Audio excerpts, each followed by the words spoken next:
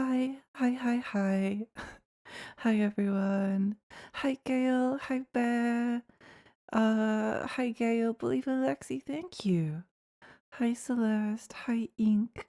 Hi Gail, hi Celeste, hi Harmless.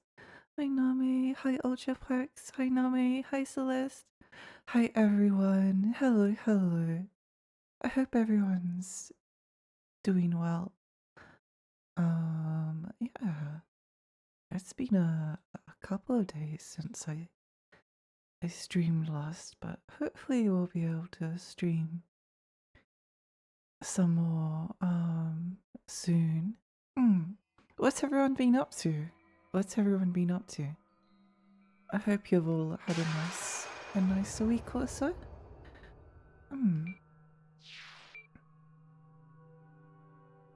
I'm kind of miss playing Lunacid. I think I know I know what I want to do. I did find off stream, this was a while ago. I did find. Whoa!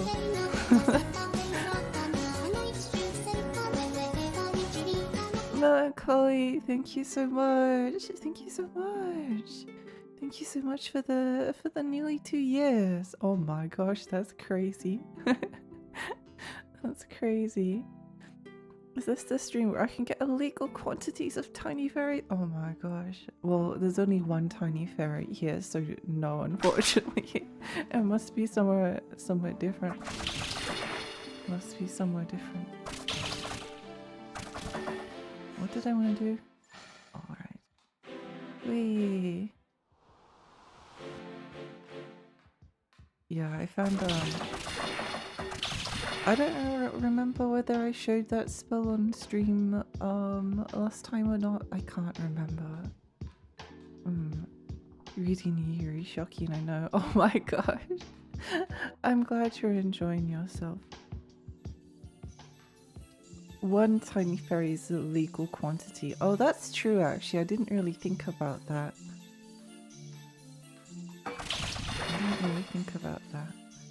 Not much going on with me. Continuing Lives of P News Game Plus and DLC, and I have a Vita now. I'm still figuring out what to put on it. Oh, that's exciting.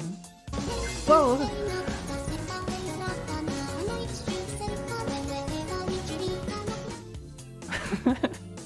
Bear, thank you so much. Thank you so much for the 12 months. Oh my gosh. Whole year since I found a tiny fairy pushing eggs off a cliff in Fleethatcher. Oh, that's quite funny. I was thinking about Billy Hatcher today. I do quite miss it. I do rather miss that game. Yeah, it was really fun. It was really fun. Wait, I wonder if I can. No. I might be able to do it though when I get closer. I think there's apparently a. Where is the thing? Ow. Apparently there's like a platform that I missed or something. So I'm going to try and find it. Hi Ultima. I bought a lot of games with the Steam Summer Sale, so I'm looking forward to playing them when I have the time. What games did you buy, Celeste? What games have people been buying at the summer sale? Did I miss any messages? I can't remember.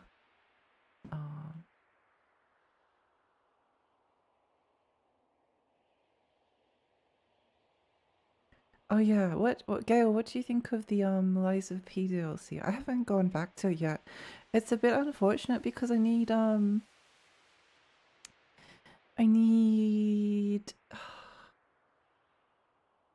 do I need? Oh yeah, I finished Lies of P and I either need to get to the DLC, I either need to I need to replay the game either on New Game Plus or on or just through my previous save file. So I haven't gotten around to playing it, but it looks really fun. All I've been doing is playing Death Stranding 2 and reading a bunch of books. Let's go! Is this Lunacid? Is this... Whoa.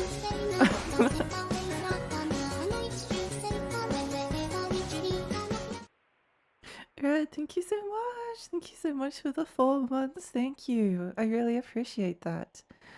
I actually talked to someone about Billy Hatcher as a result. I got to talk about you. Oh, that's cute.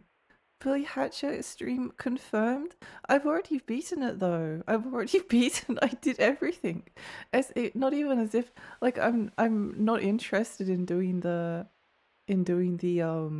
in order to like get S ranks you need to like go through the stages really fast. I'm not interested in doing that. Um I'm only interested in like doing any extra challenges that might be there, and I've already beaten it. Sadly. They need to make Billy Hatcher too. Or I guess you could play Balan Wonderworld. Except I actually like Balan Wonderworld, so it probably wouldn't be very fun for everyone. Because it would be less torturing the streamer and more like making the streamer really happy.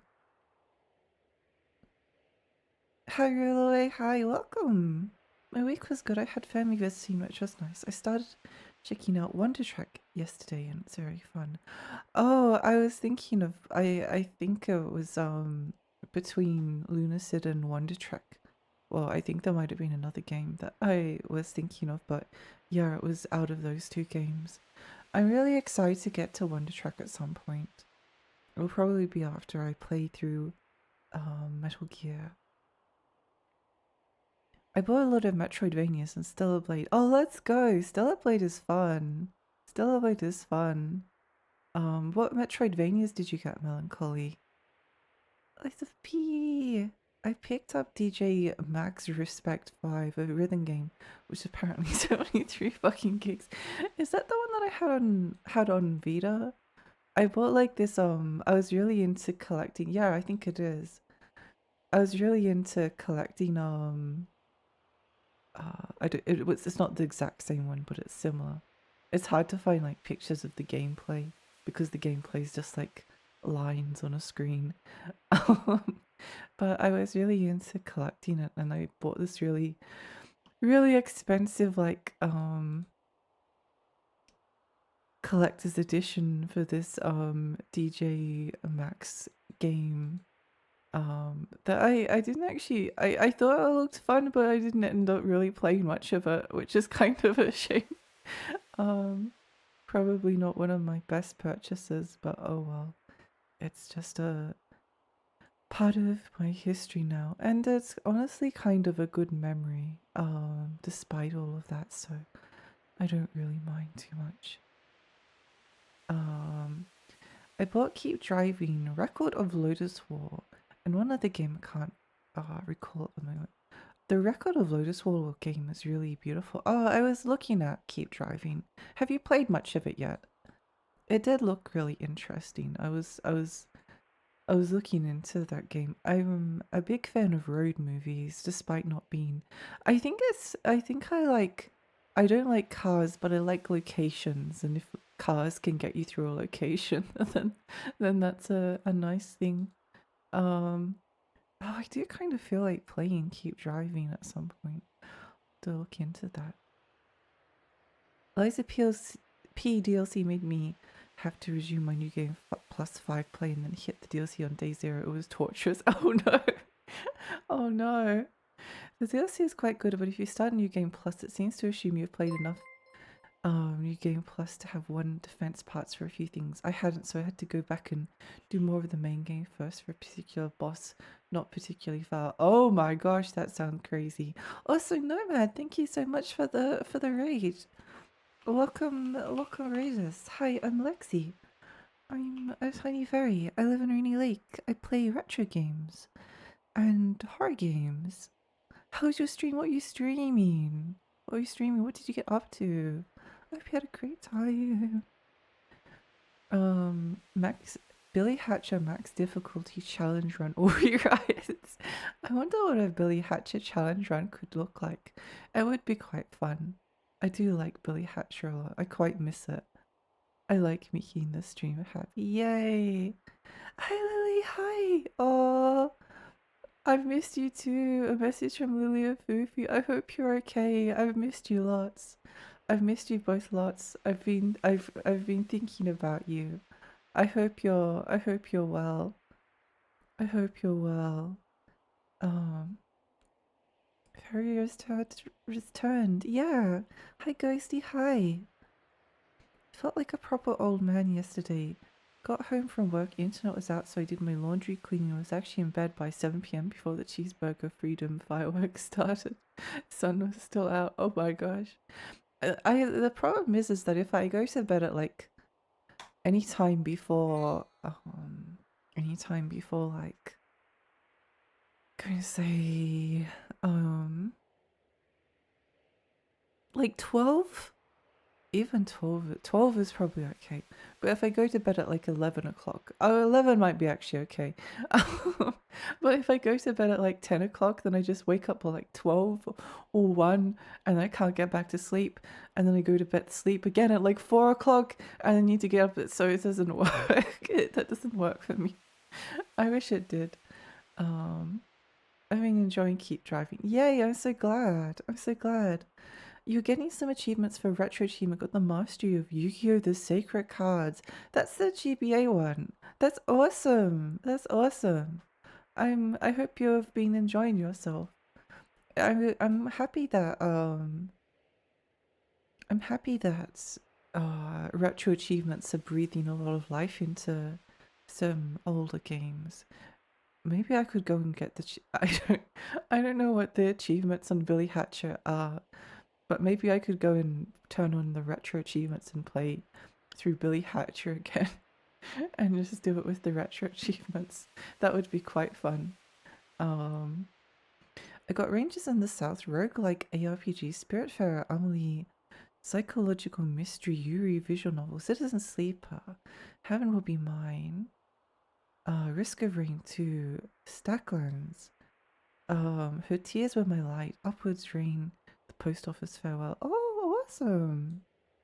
Awesome. That's great. That's a great selection of games there, Celeste. And Synergia too, Yuri. Oh, let's go. Let's go. Hi, you didn't say hi. I think I said hi. Hi, Millie. Got arrested for my first ending, then drove to the top of the highest mountain for another one. It was quite nice. The soundtrack is also quite nice. Oh, that's good. I picked up Moonscars. Moonscars looks interesting. The Lost Faith, Open Roads, Blasphemous, Crypt of the Necrodancer, and Rainwell. Oh, I've actually been looking into most of those, although I do own some of them. Moonscars and The Last Faith have physical releases, which I want to look into getting at some point. It was super fun achievement set for a Yu-Gi-Oh game. Yay, I'm so glad. I do wonder. Wait, Billy Hatcher retro achievements.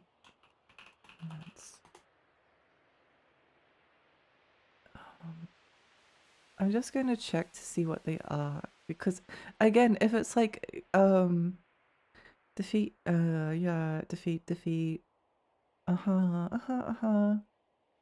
defeat open defeat clear all 8 missions, yeah, receive S rank. Yeah, that's the problem. That's the problem. I could do the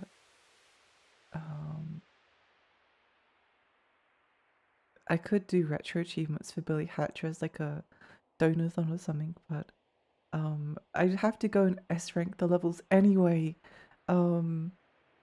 which kind of I might as well just go back and do my old save file for that, or just replay the game. I don't know. Maybe once enough time finishes. Oh no, these achievements look stupid. Okay, never mind. I can tell that I won't enjoy doing them. Welcome back, Lexi. Thank you, Tricky. Thank you. You're cute. You're cute. You're cute, Lily and Foofy. My bedtime is 8 p.m. I wake up at 4 to 5 a.m. That's actually a really good strategy. Because I sometimes have to, or don't have to. Sometimes I want to wake up at like 4 to 5 a.m.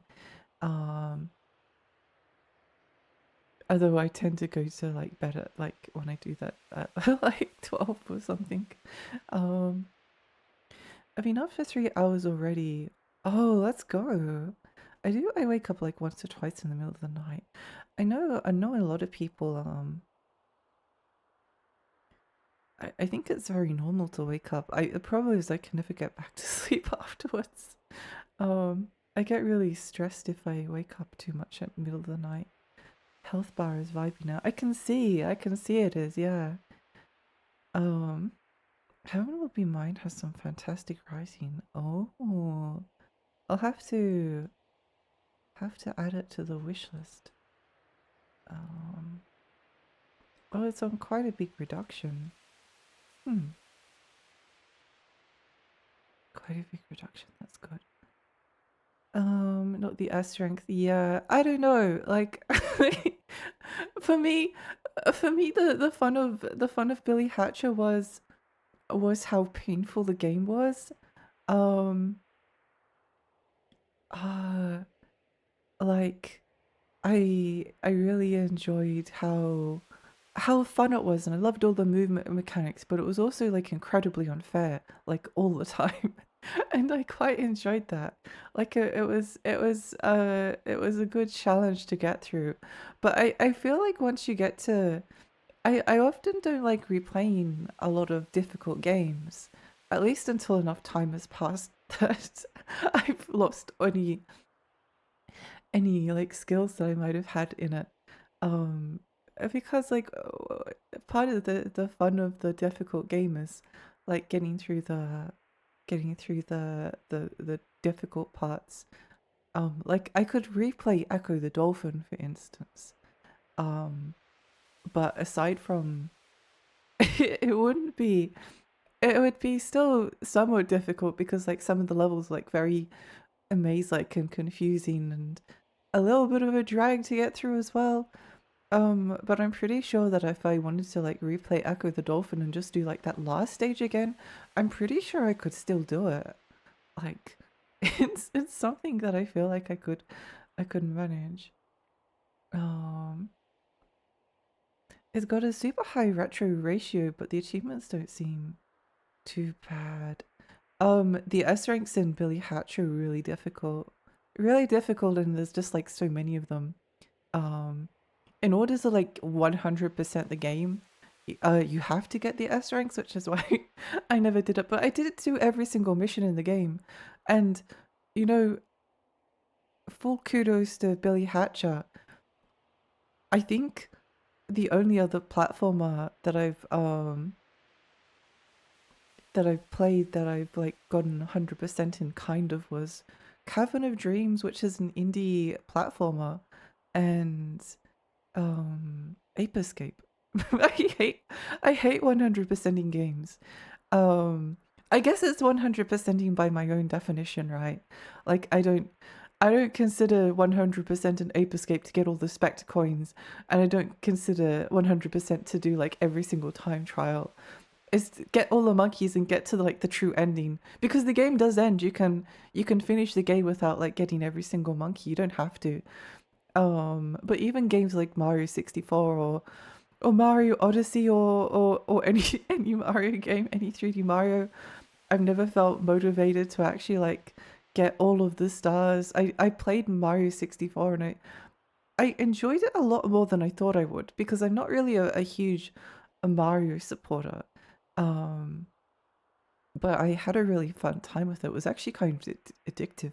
But I got to like 60 stars and I was like, yeah, I'm done. I'm good. Um, so yeah, Billy Hatcher, I did every single mission in that game and it was fun. I had a great time with that. Stay hydrated, thank you.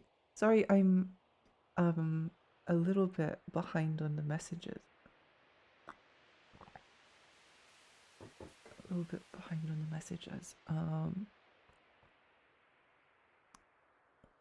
Ashes, thank you so much for the compliment. It has been a long time and an awesome journey watching you, Lexi, but I also enjoyed making the awesome pixel art for you. allocated to the games that you stream. Awesome to have met a fellow retro gamer at heart. Also, Lexi, how are you? Thank you so much, Ashes. I think about the little like pixel art that you've done for me quite often. I was thinking about it earlier today for some reason. Um, yeah. I'm not actually doing that good at the moment, but that's fine. Not really worth thinking about too much. Until we get to the until it all starts working out. Um, sorry, I'm a bit behind on chat, so I'll just catch up. Going through the Yu-Gi-Oh! Tag box has no retro achievements for the version. Come on, Cass. Believe Alexi, thank you. Um, I'm playing. Billy Hatcher look inside and it becomes out as a trans woman. Those achievements like deceptively hard, like it seems like normal progression ones, but I've never played. No, they're difficult because there's a lot of like it was get. So one of them was like get all of the Sonic things on the level, and that's really tedious. And then the other ones was just get like all of the S ranks. So not only do you have to like do all of the normal tedious like stuff to get, well, not maybe not tedious, but it's a lot of effort more than I'm willing to put in. More than that would be fun for me. Um, to get every S rank on every single stage. Um, but then you also getting like the S ranks on some of these stages isn't going to be very fun because not every mission is very fun, and having to like do every single mission like perfectly to get the S ranks. It's not like a Sonic game where like if you're playing Sonic Adventure 2 when you're doing all like the Sonic and Shadow stages, more or less like every single stage is like pretty fun to run through. Um Even something like Sonic Heroes, which I did find rather painful, I would probably rather do try and get like an S rank or something on that game. But with Billy Hatcher, some of them are just not going to be very enjoyable to get the S ranks on. I was reading about some people that were playing Billy Hatcher and they said that they got like the 100% or 101% to 102, but whatever they ended up calling it, like years after. It took them like 3 or 4 years just like chipping away at it, just doing it like slowly, which I could see like popping Billy Hatcher in occasionally to do like a couple of S ranks and then taking it out and coming back. That could be fun, but um yeah, the fun was the agony. It was masochism, possibly. Honestly, Valid, no way you were having not having a good time in Echo. Yeah, um, yeah, Echo was an interesting one. I think a lot more positively of it now than what I did originally, kind of. I love the weirdness of Echo the Dolphin, and again, the final stage, Welcome to the Machine, that's the one that everyone complains about as like being horribly unfair. It is horribly unfair, but I liked the challenge of it. The transition of like doing the Welcome to the Machine and then doing the horrible Void Queen fight, which was like, again, it's not a difficult fight, but it's really really easy to like instantly die. Um and there's I don't know. It's just it can kill you like in a second. And then you have to do the entire Welcome to the Machine level again. Like the Void Queen would have been easy if there was a checkpoint there, but there's no checkpoint, so every single time you die, you have to do the entire 7 minutes previous stage again. Um, I have 3 bosses left and still a Blade Bomb getting filtered. Really, I believe in you. You can do it. You can do it. Somehow managed to only get my nose sunburnt while working yesterday. Oh, I got a little bit sunburnt the other day, but it was only because I was crying and the tears wiped away my sunscreen. So I just got like a little bit red on a couple of patches, which I thought was really funny. Um I can't imagine another Echo playthrough. I'd rather play the second and third game, to be honest. I'd rather replay Billy Hatcher than Echo. Billy Hatcher would be a fun replay, but maybe in like a couple of years' time or something. Um, yeah, stay hydrated. I think I did that. I enjoy getting 100% in Donkey Kong Country too. I never got 100% in Donkey Kong Country too, but I think it could be really enjoyable. Um, I think that could be really enjoyable. I love the Donkey Kong games. I'd actually consider myself a big Donkey Kong fan. I love Donkey Kong Country 1. I love Donkey Kong Country 2. I never actually played the third. I was meaning to play it, but I just didn't get around to it. Hi Lexi, how was the movie? All right? Yeah. Hi Hoods, how are you? The itty bitty shakeable fairy woman. Hi Neil. I have a love-hate relationship with retro achievements. On one hand, it's quite cool. On the other hand, some of these community-managed achievements are some of the most tedious bullshit you can imagine. I think a problem is that it's not going to be tedious for everyone. Like again, 100% platformers is really common. It's really really common to go through and like 100% of platformer, like Mario 64 get 120 stars. Banjo Kazooie get every single Jiggy and note and things like that. Um, it's really really really really really common. I mean, there's even like there used to be like a YouTuber that reviewed games, but he'd only complete them to 100. He'd only every single game he would like to 100%, which I think a lot of the time, or at least in some cases, like it was obviously something that he enjoyed, but there were definitely some games where they didn't seem like it was worth completing. Even the ones that he seemed to enjoy completing, I honestly wouldn't have completed. Um um yeah.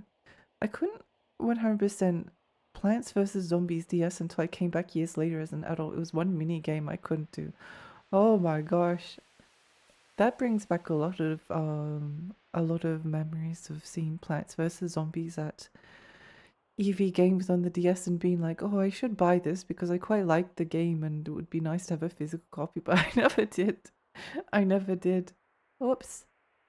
Um, I remember you being blatantly clear about hating the game and everything it stands for at one time. I'd seen you. I actually don't like this for a difficult game. It was a super rare experience because I have seen you suffer. Is this with Echo? Yeah, yeah. It was it was an experience. Like I'd split the suffering in Echo the Dolphin up into like two parts. The first part is like the first however many levels, which are just like they're just like it's like rubbing yourself against like sandpaper. It's not like never mind. I won't never mind. It's not an enjoyable kind of painful. Like it's just abrasive and not in like a fun kind of way. I did really like the weirdness of Echo. I did really like the weirdness, but and then the Sega CD version like added a bunch of stages that weren't in the Mega Drive version, and the extra stages that it added were like bad. So that was annoying. Um, and made like the first bit, and then the second part of Echo, which was the more enjoyable kind of painful, was the Welcome to the Machine level. The pipe one was actually really bad as well because there's actually like a way to not cheese the level, but there's a way that you just basically like keep going forward and mashing. You can basically like take your eye off the screen in order to beat the welcome, the tube level. Um, but if you don't know like the strategy, it's so difficult. It's so difficult. There's just like a place you can stand and you basically never get hit after a certain point. Um, and also like it went by so fast that it was actually like making me dizzy. Um, it was making me dizzy, and I don't know. That was that was a thing. And then there was Welcome to the Machine, which took me like 7 hours. It took me 7 hours to beat that on the final boss. It was insane. That's the length of like a lot of indie games. That's the length of a lot of like PlayStation 2 games. I spent the entirety of a PlayStation 2 game, of some PlayStation 2 games, playing Welcome to the Machine and Echo the Dolphin. But I did enjoy that because, like, as cruel and malicious of a game as Echo can be, at least that was like it felt like a challenge. Like it was still like cruel and vindictive, but it was kind of like a fun suffering. Um, yeah. I've never played a Donkey Kong Country game. A lot of people really don't seem to like them. I think even like Miyamoto was like famously quoted as like not liking the Donkey Kong Country games. I like them because of the music and the atmosphere, and I also find the controls really fun. They're just very like bouncy and fast and really hard. Also, with Donkey Kong Country 1 and 2, you kind of have to like replay. This is if you're doing like without save states. You kind of have to. Well, I played them on original hardware, um, but you have to kind of um, uh, farm lives if you want to get through the game.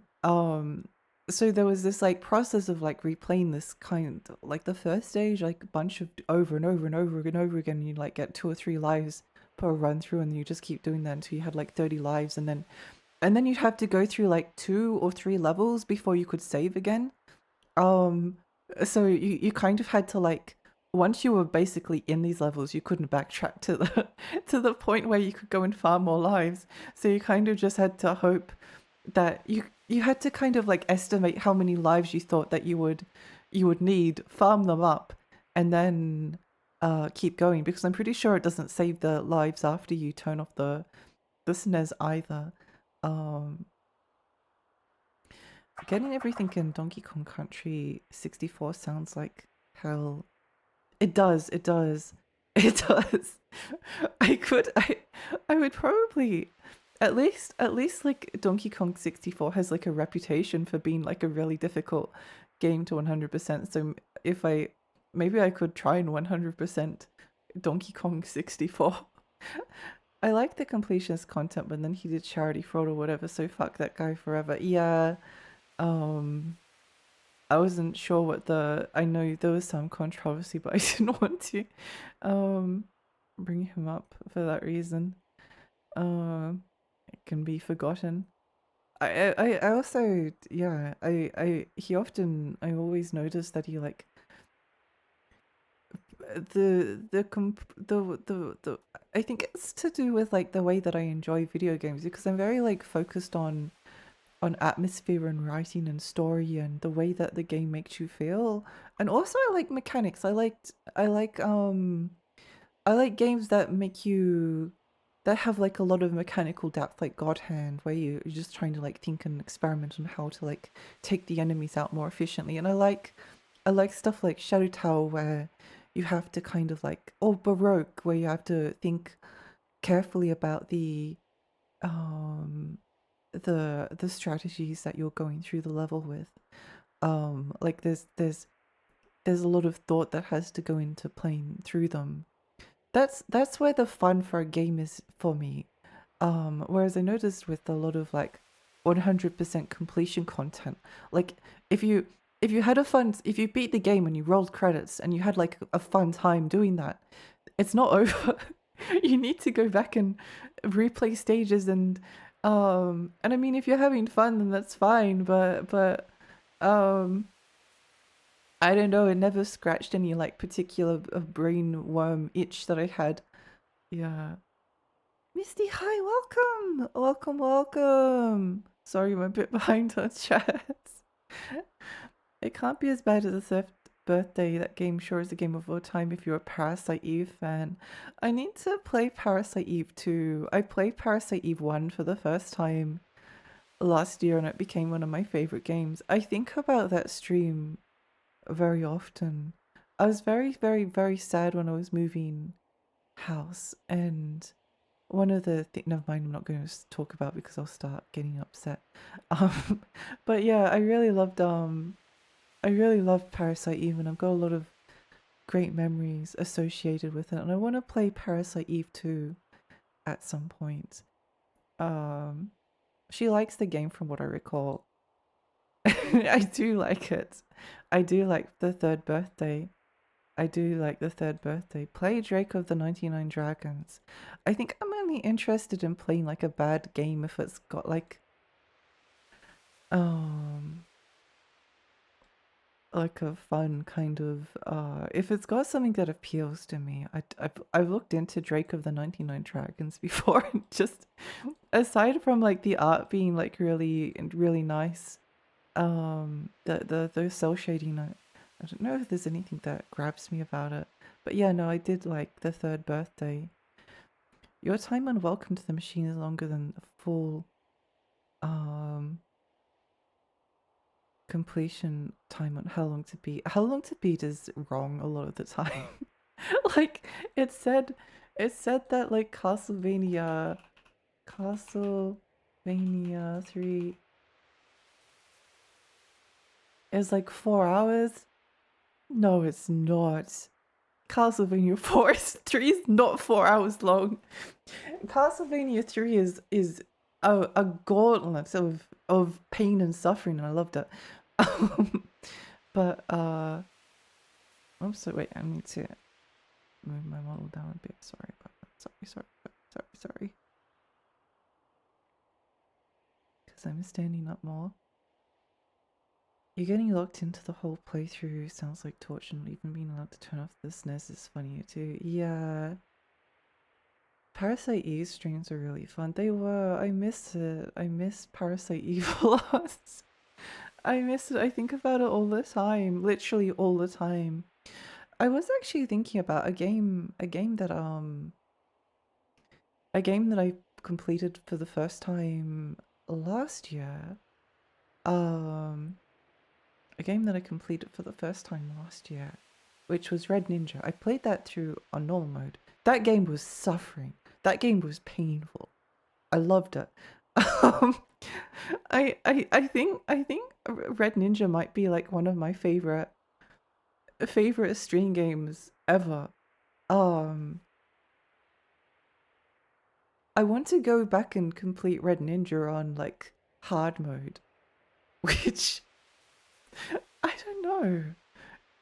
I I'm the slightest bit worried that it might not actually be possible because Red Ninja on normal mode was already a game that had like some moments where it's like, wait, was this tested properly?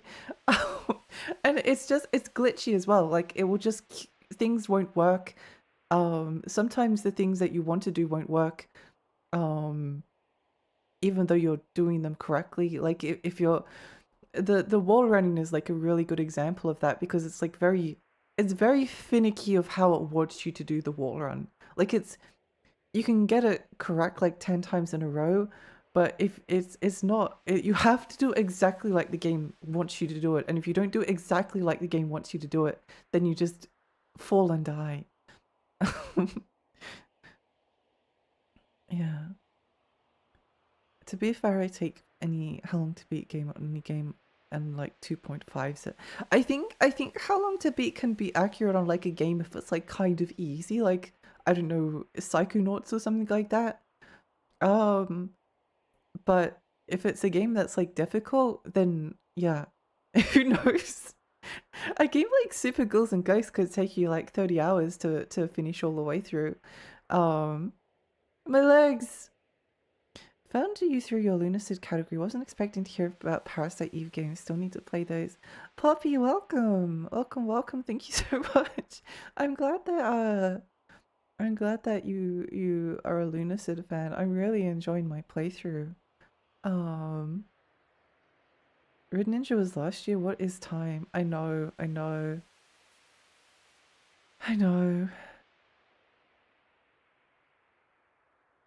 Yeah, I feel very nostalgic for it. I was thinking like if I do a donathon this year or something similar, I could do not Parasite Eve. I could do Red Ninja. I could do Red Ninja again on hard mode, which is something that I wanted to do anyway.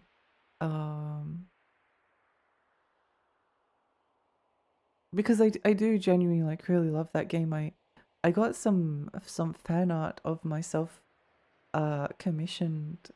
I actually wouldn't mind getting some more fan art commissioned of myself um, for Parasite Eve. I don't know. I really liked it. It was really fun. I might look at Skeb and see if I can get something. Oh wait, hang on. I had a cool idea. Um,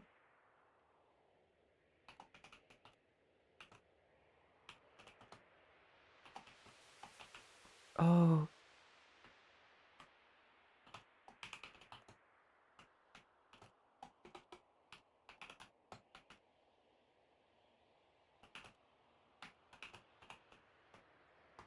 okay. I might write that down.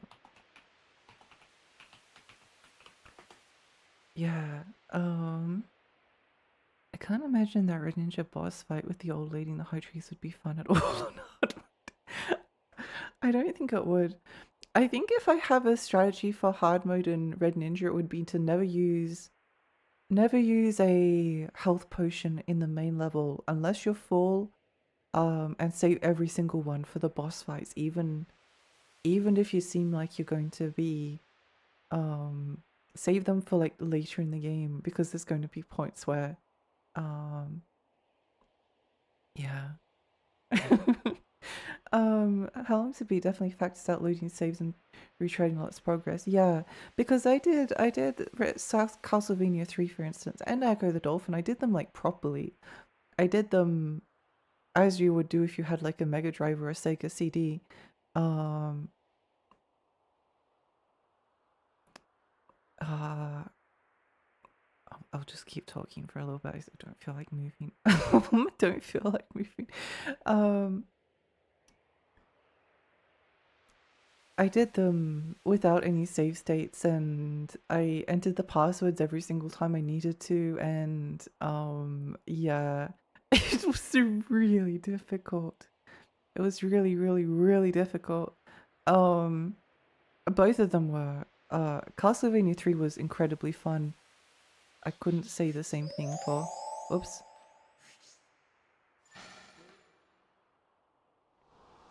I couldn't say the same thing for Echo the Dolphin. Yeah. You gave me flashbacks to the meat level and Psychonauts. Oh, the meat circus. I love Psychonauts. I played I was so excited for Psychonauts that I was always intending to stream it, but then like time passed and I was going to do it, and I didn't get around to it, and I kept putting it off for other things. I even replayed like Psychonauts 1 on stream so I could play Psychonauts 2. But then I went more in like the direction of playing more retro games. So I played Psychonauts 2 off stream. And oh my gosh, I loved it. It was so good. It was so good. Really, really genuinely a wonderful game. Lives up to the first game. Made me like, I don't think a game, I'm trying to think, I don't know if I've played a game that has made me cry as much as Psychonauts 2 did. It was emotionally like devastating. And maybe it just hit like a couple of things for me. Yeah, well, it definitely did. It definitely hit like a couple of like vulnerable emotional points for me. And yeah, this like silly platformer game is probably the hardest I've ever cried at a video game. A wonderful, beautiful game. I only played it like a couple of months ago. I'm actually kind of glad that I didn't stream it, because I probably wouldn't have. I probably wouldn't have had like the same experience. The Vagrant Story are similar games to Parasite Eve. It's a fantasy RPG on PlayStation 1. I need to stream Vagrant Story. I played it years ago. I played it till the end of... It was like you got out of the dungeon, you fought a boss, and then you went up into the town area. I think that's still pretty early on in the game. I was really enjoying it. I just sort of stopped though. I think it was kind of like, oh, I should maybe I'll save it for stream. Maybe save it for stream. So yeah, I will stream Vagrant Story at some point. It's part of the Final Fantasy Evilise universe, right? I believe so. Red Bow Lexi, very cool. It is, it is. Hi Poon, hi, welcome.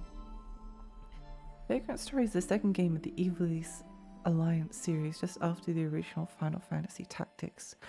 I'm quite looking forward to the upcoming remaster because I played Final Fantasy Tactics War of the Lions on PSP and I really liked it. Well, I liked it, but for some reason it didn't strike as much of a chord with me as I was expecting. Final Fantasy Tactics is one of those games that's like, I've seen it compared to like, I've heard it like called like the greatest like piece of video game literature ever written. Like the people that like it have really, I guess it just didn't like strike the emotional chords, and I also didn't like understand some parts of the story. But whoa, thank you so much. Thank you so much for the sub to Gale. Thank you. I really appreciate that. I really appreciate that. Hang on. Oh.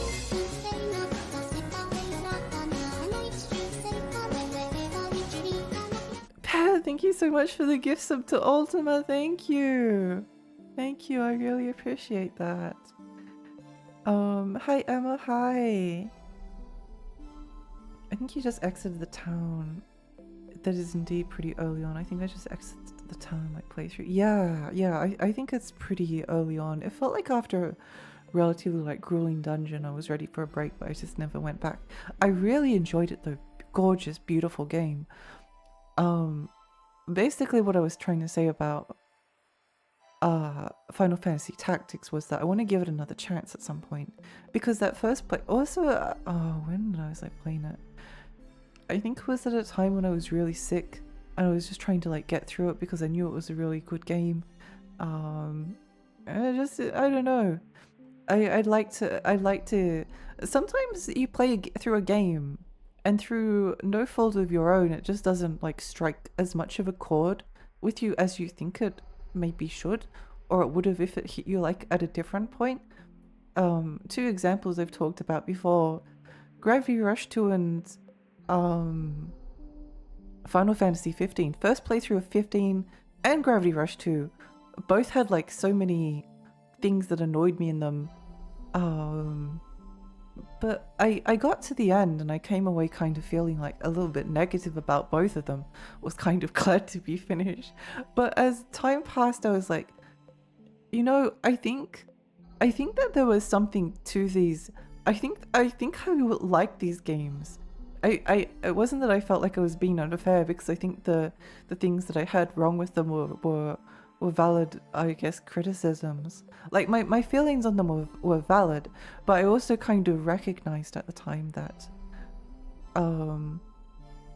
I did like them. I just wasn't in the right headspace for them at the time. So I went back to replay both Final Fantasy 15 and Gravity Rush 2, basically one after the other. I think it was 15 first, because it was after all the DLC had been released and all the bugs had been more or less fixed and stuff like that. And honestly, both games like became two of my favorites of all time. I love both games. They're so good. They're such good games. Oh my gosh. Really very good. And I think about that often just because it's really important. Really important to me. So yeah, I want to. I've got a few games on that kind of like I liked it, but it didn't strike as much of a chord with me as much as I feel like it should have. So I'd like to go back and give it another attempt at some point. Which I may do. The other thing is I was thinking about I could actually just replay the the original Final Fantasy Tactics on stream, but it's quite long. It's quite a long game, so I don't know. It might be an off-stream kind of thing. Alexi, I just found the most aggressively extrovert person ever in League and it was terrifying. Oh no. Oh no. You stretched. Yeah, I did. I did.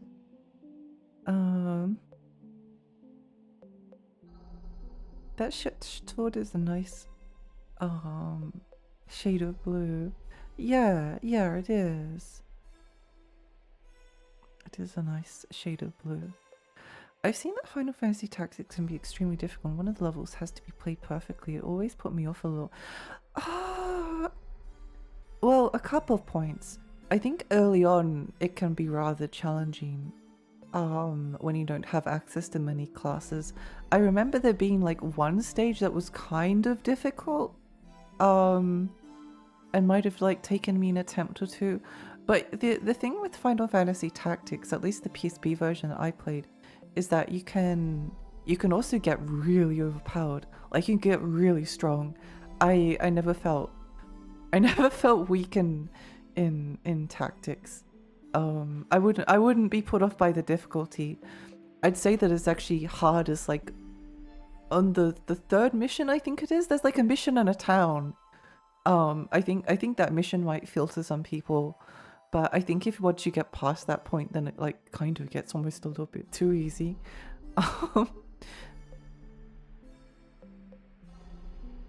Have you played Fire Emblem? I have. I'm a big Fire Emblem fan. I haven't played all of them though. There's a lot of the older ones that I would quite like to play at some point.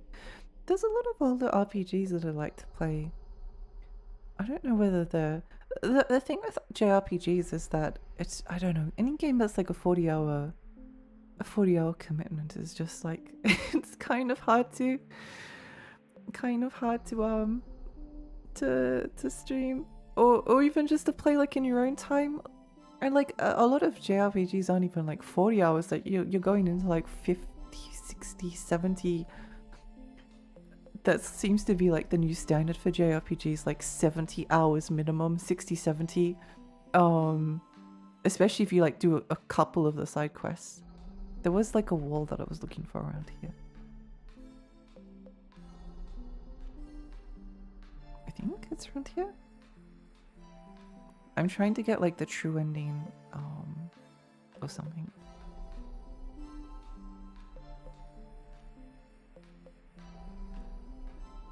I can check a map if,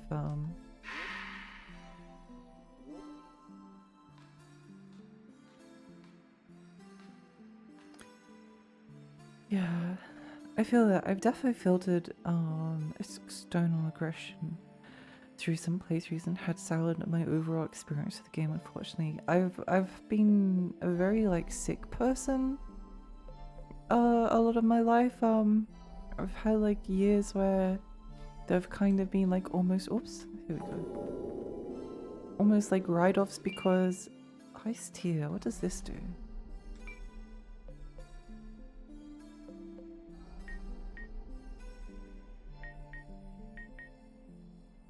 Whoa, that's a lot of damage. Oh, that's quite nice.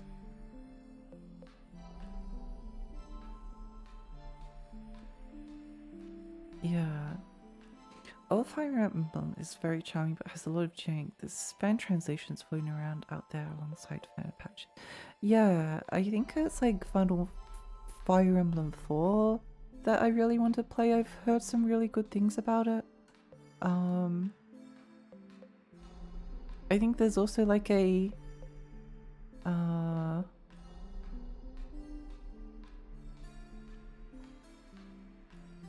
think there's also like a GBA Fire Emblem that has like Roy in it or something that I never got to play.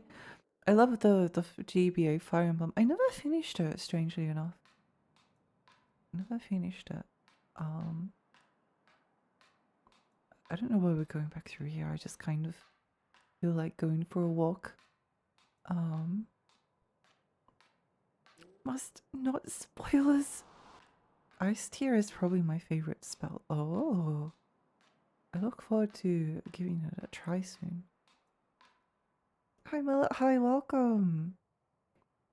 I appreciate the arithmetician job in Final Fantasy Tactics. Destroy your enemies through the magic of pure concentrated mass. It's fun. I did enjoy that job as well, yeah. I never played a Tactics Ogre in 1-2. I saw the remakes on sale for Steam, read some mechanics changes that put me off. Might play the PSP release of the remake on Vita. I think the PSP one is really good. I own Tactics Ogre Let Us Cling Together, and also I own I do love this scene here, like the several people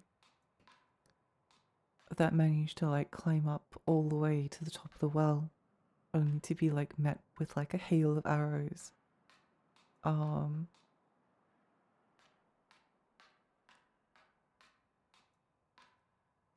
But yeah, I own Reborn as well. I haven't really played much of it. Reborn annoys me because they like put a filter over all of the pixel art. And there's no way to like turn it off as far as I'm aware. And the filter looks ugly. I also bought the Grandia collection on, I think it was on Switch. Because they wanted to play the original Grandia games. And in like one sense it's nice, but on the other it's like again, there's no way to turn off the filter on the pixel art, so it's a bit like, what's even the point of... I don't mind like games being remastered. In fact, I think it's a good thing. I'll just climb down normally if I can.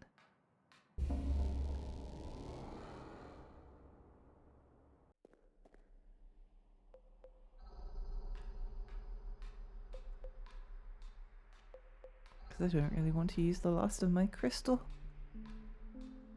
The visuals in the remake are such a step down. Everything has smooth edges. Yeah, that's the problem. I really dislike that look.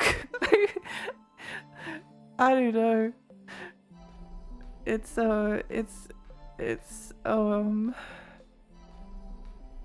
it just, I don't know, it takes away something. It's like I've kind of ended up, I've gone through different like phases. Like I've gone through phases with like PlayStation 1 games where I've turned up the resolution a little bit to make it look a bit crisper. But I've come to just really like the original resolution. Providing like it displays properly. I remember the first time I put like my Super Nintendo on, when my original like CRT broke, and I put my Super Nintendo on on the new TV, and I cried because like it looks so bad. It looks so bad.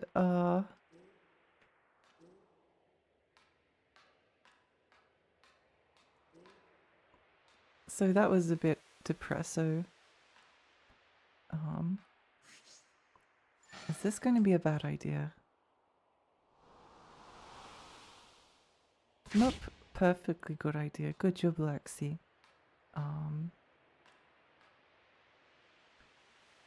Whoops, hang on.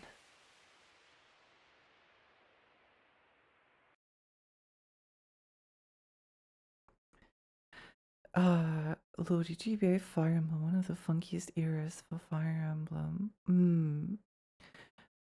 I saw a part of a game earlier today about hot ladies piloting mechs in a tactics game. Just looked up and it's an upcoming gacha. Oh yeah, I think I saw that. I think I saw that. It's a bit sad. It's a bit sad. Fire Emblem 6, the one with Roy hates you for playing it, will punish you for existing. Oh, that sounds fun. Fire Emblem 7 is rather easy, and that's because they messed up effective damage and a bunch of other things for the English translation.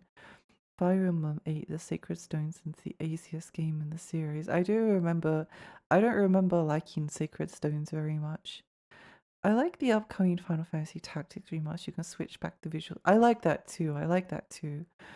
I love remasters that let you toggle between the new and old graphics, like Sea of Cain, Soul Reaver's Masters Stay Winning. I think it's great as well. I really enjoy that. I think it's good to preserve the original visuals, because we've been through this before, but I just think that I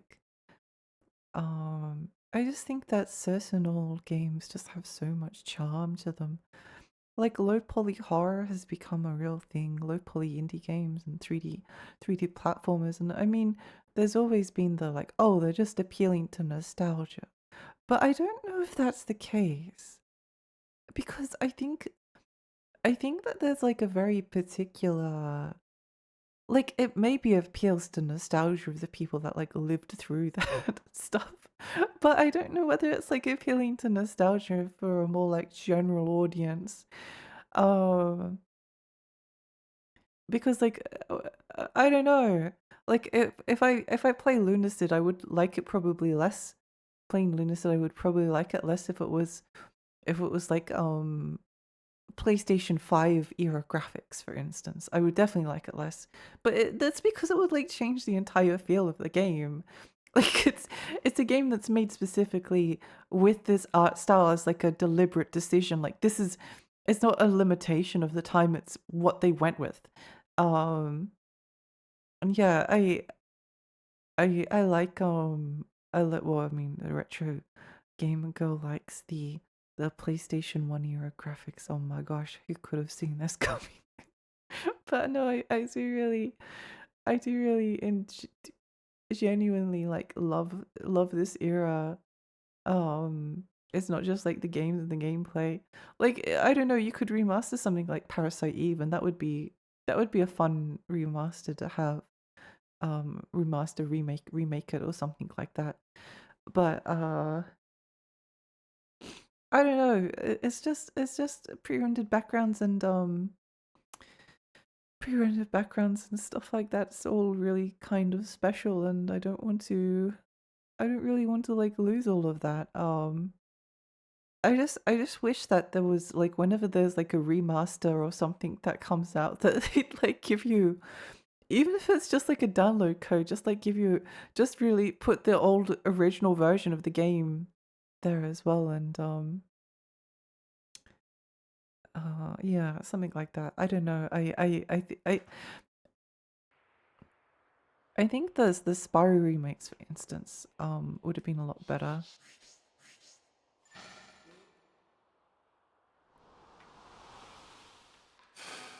It would have been a lot better if they had included the original PlayStation 1 games as like an option to play separately. Because then you can like be like, oh yeah, it's kind of cool to see these familiar places through like a different lens.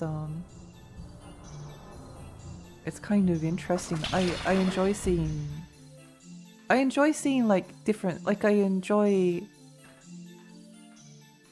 what would be an example be? I enjoy like I don't know if you've seen this trend, but I should probably heal just in case.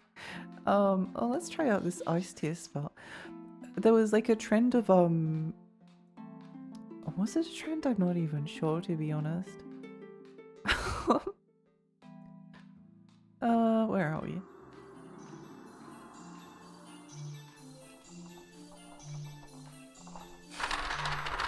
Oh, that is quite a nice spell.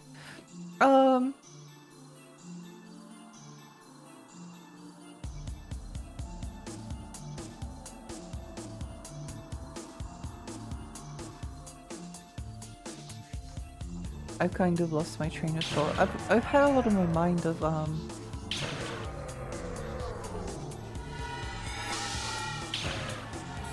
late, so you'll have to forgive me if I'm a little bit a little bit forgetful and stuff. Yeah. I remember reading a little while ago that the Final Fantasy Remaster includes the War of Lions script but not the exclusive bits. I have to wonder why you already have classic mode and the purist mode, what would it hurt? I do wonder about that as well. I also don't know whether I don't know whether the Shakespearean dialogue in the War of the Lions port actually like helped the game that much. I have no graphics preference as long as they can clearly telegraph what's happening on stream. I don't care if it's OG or HD. I can appreciate that. I think there's a chimera around here because I had to farm them.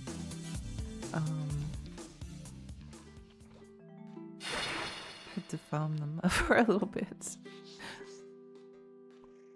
The thing with low poly horror is that your brain has more room to fill in the pieces of the visuals you can't quite make out, which can be used to further unnerve. Yeah, I think so too.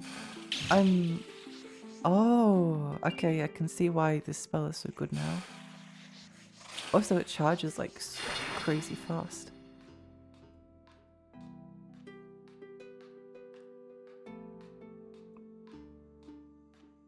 The most terrifying thing you can see lurks not in the world around you, but in the dark you cannot see. Allowing the viewer to fill in gaps with what they personally see makes horror more effective. Pixel graphics and low poly facilitate that very effectively. Did you fight the Throngler in this area? Is that the swingy sword? If not, then no. I've never heard of a Throngler. Okay, well let's put some more stats back into. Let's put some more stats back into magic since this spell is so good. Yeah. I love the Shakespearean dialogue. My brain made the perfect voices to pair with it.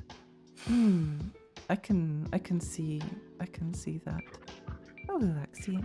I finished reading the book you gave me. It's a book of fire and rage. Kingdom smothered in flame.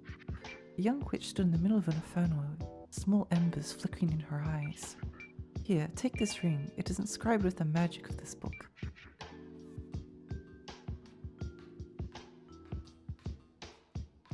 Oh, I'm out of MP, so we have to climb up the old-fashioned way.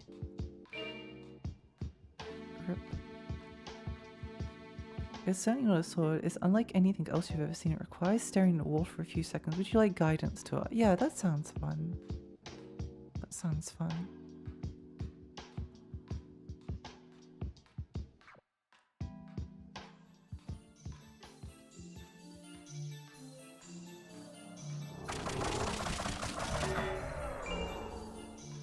Two more buses to go and still like, let's go! Let's go, Rowie, you're doing amazing. You can do this.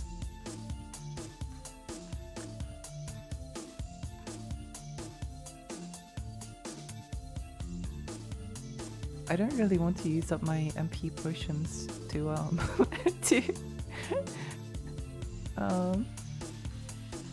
just jump up a little bit, but I was thinking we could also do a little bit of farming for some oh, speaking of, well, thank you.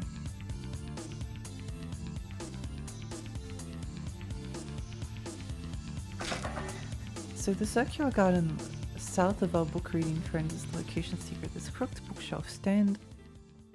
Oh, is it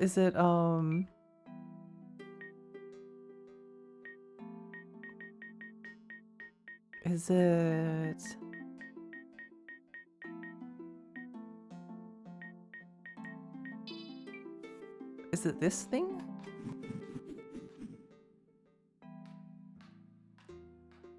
Because I did find that a while ago. And it's very, very funny. I did find her after all. Yeah. Yeah,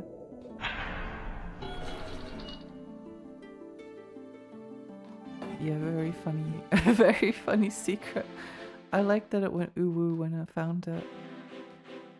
It's a very funny weapon. It is. I like that it's facing backwards.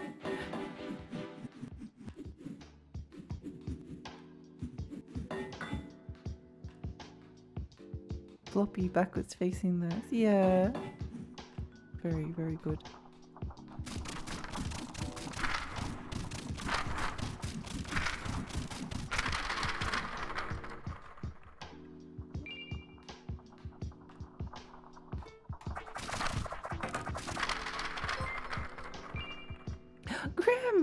Graham, thank you so much for the raid. Welcome, raiders. Hi, I'm Lexi. I'm a tiny fairy. I live on a rainy lake. I play retro games and horror games. How was your stream? What were you streaming? Hi, Grim. Welcome. Welcome. I didn't know you hated literature this much. No, I love books. It's just these ones are trying to kill me. It happens occasionally. Did you find the other obscure thing in this area? It's a spell that seems utterly useless. I don't know. What's the spell called? I don't remember. I don't remember. It was good. I played Ratchet and Clank 2. Oh, I love Ratchet and Clank 2. I love Ratchet and Clank 2. I think that might be my favorite. I got it as a present from my dad. My parents almost never gifted me any video games. I had to buy them with my own money. They wouldn't support. I couldn't ask for a video game for like Christmas or birthday, but it was one of the rare instances where I was given I was really sick at the time, and Dad was just like, hey, let's go and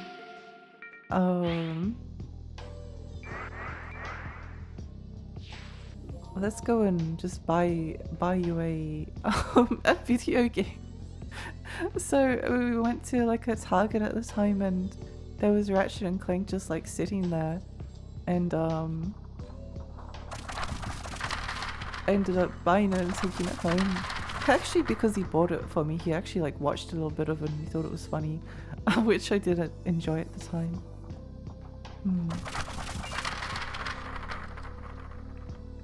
I've returned. How's it jamming? Welcome back. I was just talking about Ratchet and Clank 2 and how it's a really it's a game I really the second one especially, it's a game I'm really fond of. Corpse transformation. No, I haven't seen that one. I don't think I've seen that one. That sounds funny though. It's so good. It is. Hi Ria, hi, welcome. Good luck with your 73 GB rhythm game there. Crazy that it's so big. Ratchet and Clank 3 is your favorite? Awesome. Would you like guidance to spell then? Yeah, I would. I'm pretty sure I haven't found it anywhere. Oh, what's this? Oh, nothing. Just a suspicious looking wall. I was kind of taking it slowly tonight. I probably will finish Lunacid tonight if it's possible for me to do so, but I'm kind of not in a rush to get to the ending. Just because a lot's been going on lately, so I'm taking it easy. Memes, hi, welcome! How are you? I think I gave the shout out. Pretty sure. Yeah.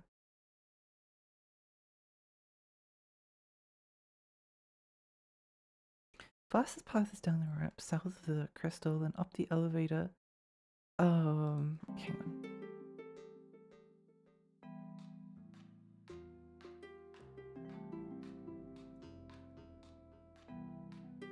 Down the ramp, south of the crystal?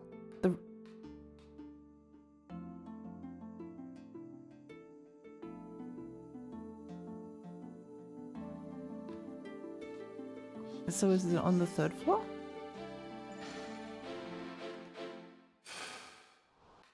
Here somewhere?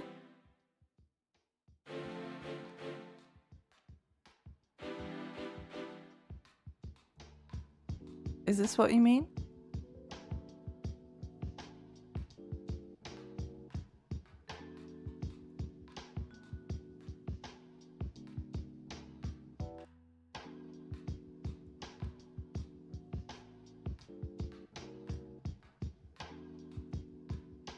I might have to end up looking it up, because it's kind of difficult to give navigation through Twitch chat.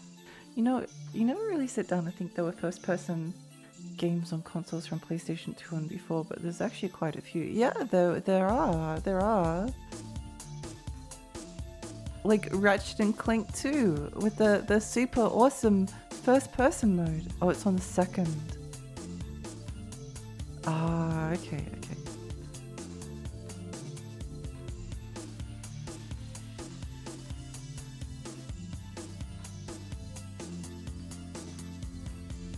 I remember being really excited to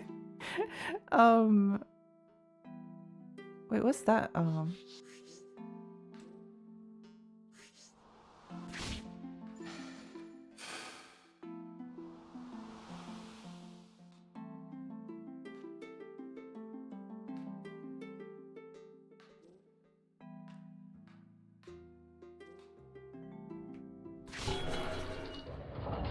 I did a first person playthrough of 3. It was an experience.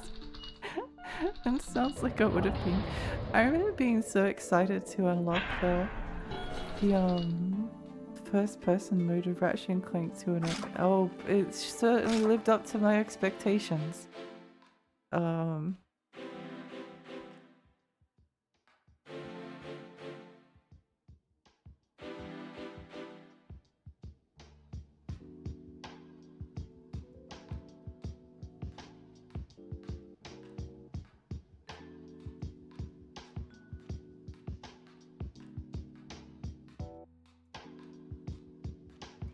Oh, I think I remember where that, hang on, sorry. I'm getting a bit confused.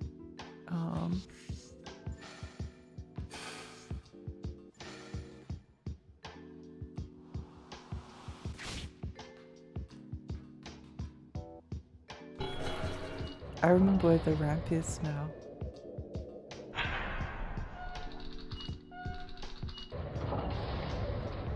More or less,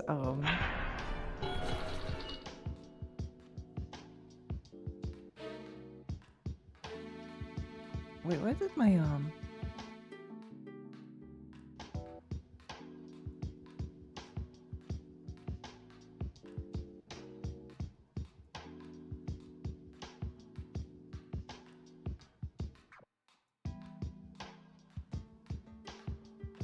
oh well, we'll figure it out eventually. We'll figure it out eventually. I've sort of had a very busy week and a lot of stuff has happened, so apologize if I'm not as entertaining as I usually am.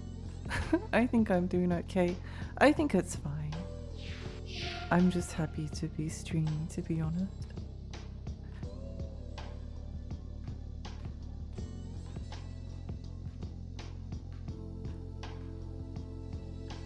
I need to stop using vague guidance, language and guidance. No, it's okay. It's really hard to use. I think I have a map somewhere. I think I have a map. Wait, let me find it. I might just find it through this. Where is it?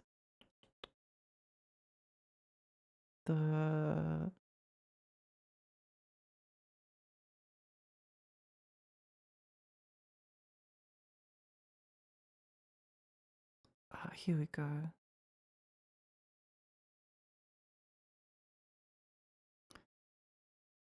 That's on.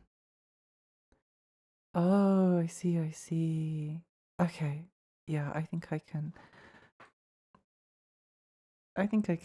get to this location.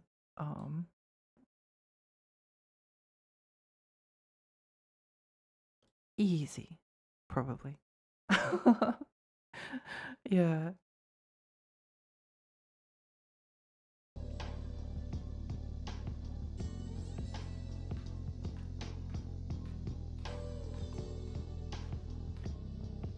Night Fights books.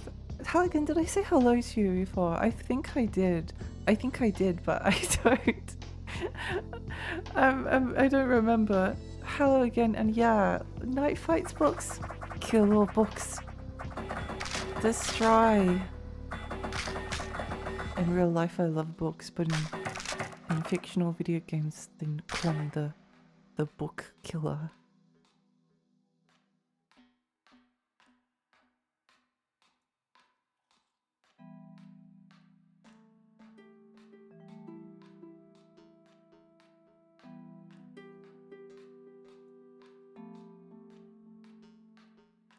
It's a good vibe. Yay, I'm glad. I'm glad. This game's ambient music is quite nice. It is. It is. I really enjoy it.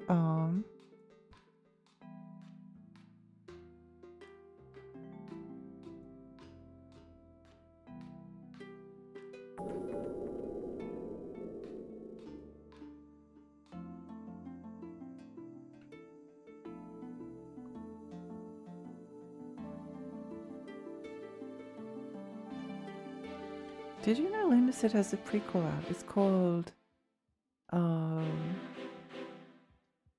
has a prequel out. Is that the one that's made in the Kingsfield engine? Is that the one that's in the Kingsfield engine? Was that the what I was meant to do?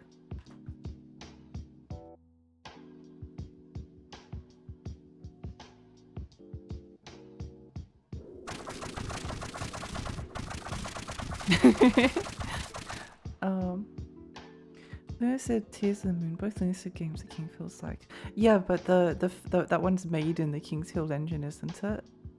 I believe so. Lightbringer by Pentakill, no, Book Kill by Lexi. Yeah. What was there anything I needed to do to get this spell?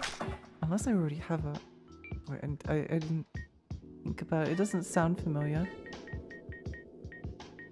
Stop imagining that poor man. It's so much fun though. Nope, don't have it.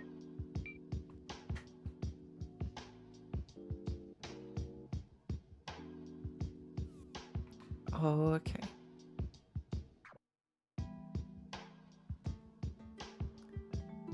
I made a horror game called Lost in Viva. I do. I have it's on my wish list actually.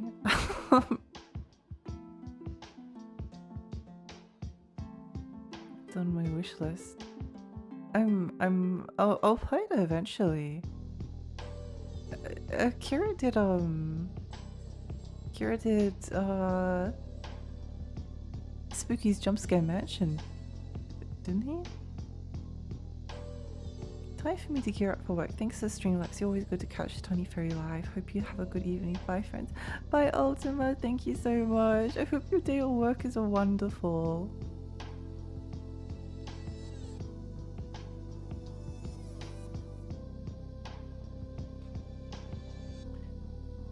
Millie, thank you so much for the hydrate.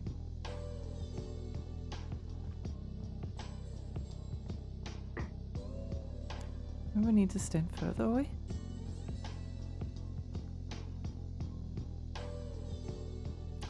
Oh, it disables the interaction to reload the area.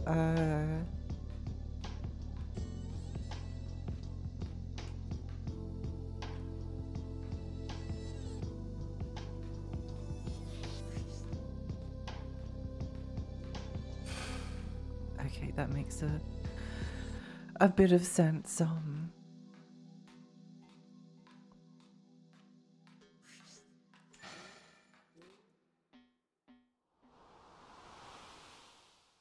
No.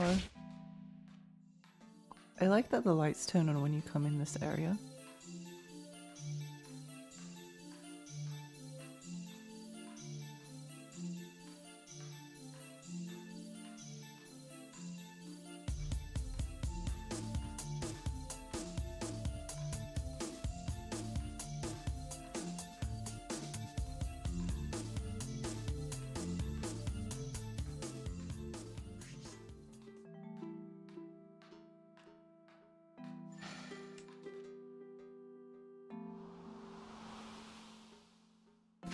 I do hope that we continue to see more games that take inspiration from Shadow Tower and Kingsfield, because I think they're really worth How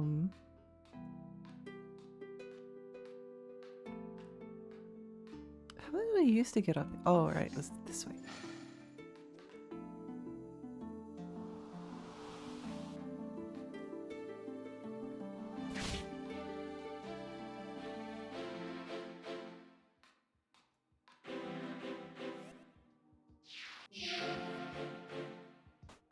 Okay.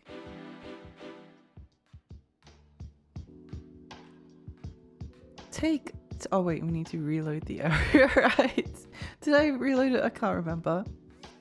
Warp to... no, we didn't. There we go.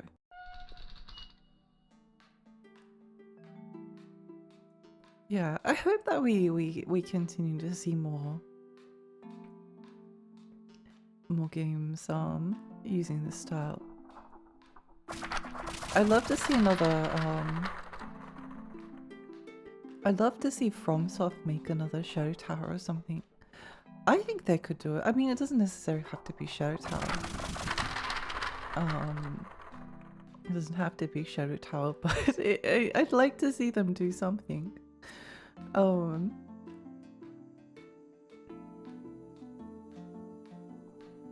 Because I just want to kill this book. I know it's not over this way.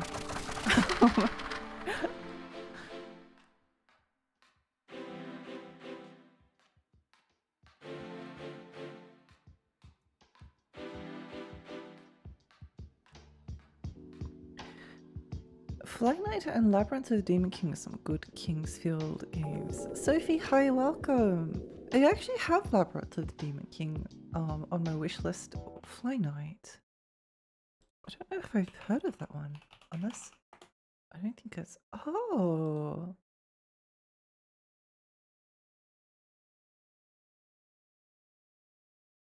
It's a pretty recent one. Why does it use the RuneScape font?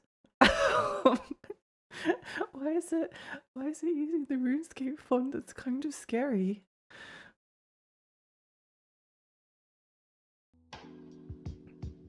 A new Shadow Tower would be fun. Have you played Shadow Tower Abyss? I have! I love it.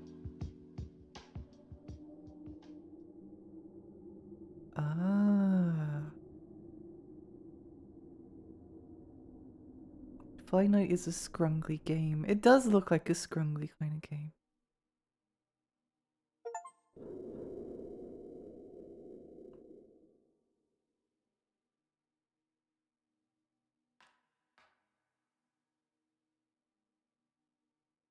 You say RuneScape and I instantly heard the theme.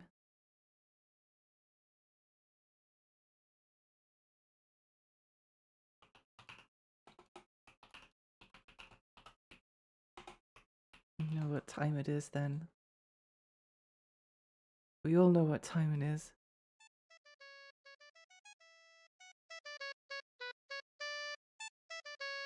You're good. You're good. Hi, Rena. Hi. It's lovely to see you. How are you?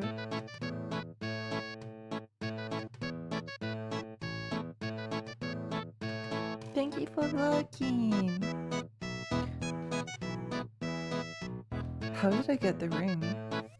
Is it just in my inventory?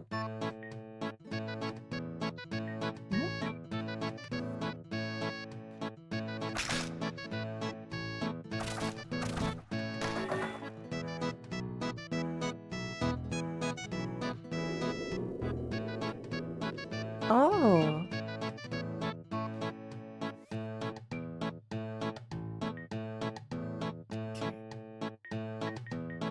A spell given to the residents of the Great World by King of All transforms the classroom into corpse so they can free from the prison of life. Awesome. I wish it worked IRL.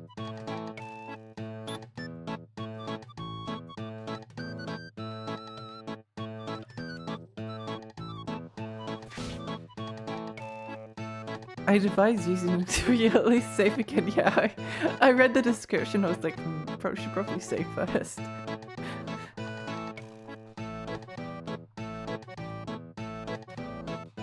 RuneScape's another example of a game where they updated the graphics, and then everyone was like, "No, give us back our old scrungy graphics."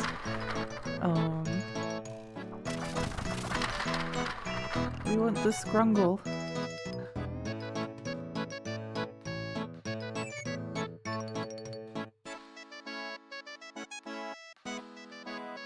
Later, welcome. Okay, now we can.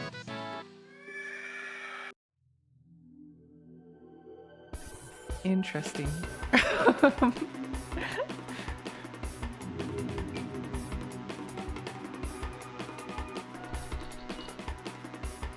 Oh wait, I've got the autoplay turned on. I don't want to listen to Katamari quiet at the moment. I've been like that with Ultra. Meep, meep, meep, meep, meep, meep. Meep.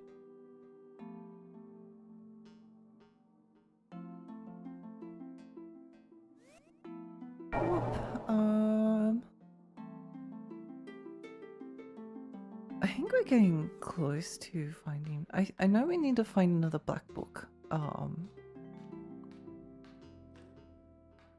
And I think we've got 2 of the 3 black books. Wait. I do also need to get into Firewire.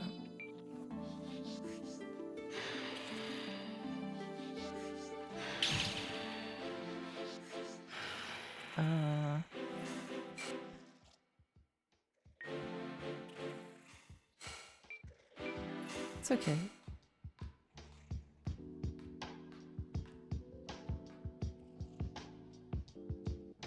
Forbidden arcades in there, forbidden forest. Maybe.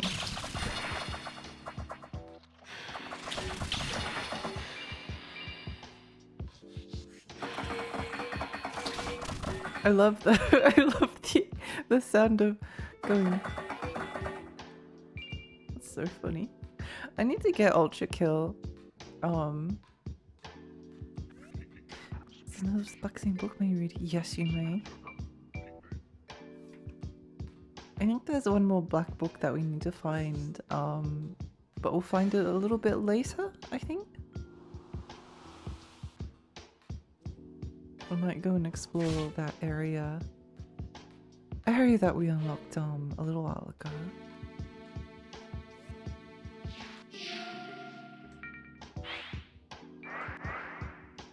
Nice, okay.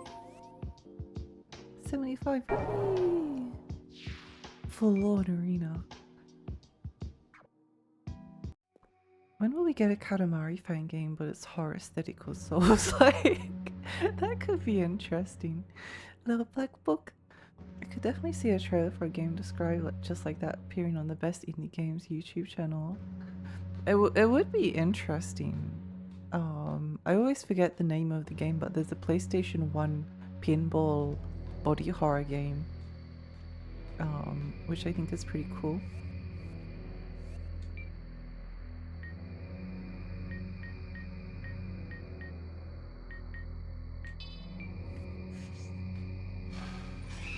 Poison? How weak to poison are you? Not that weak.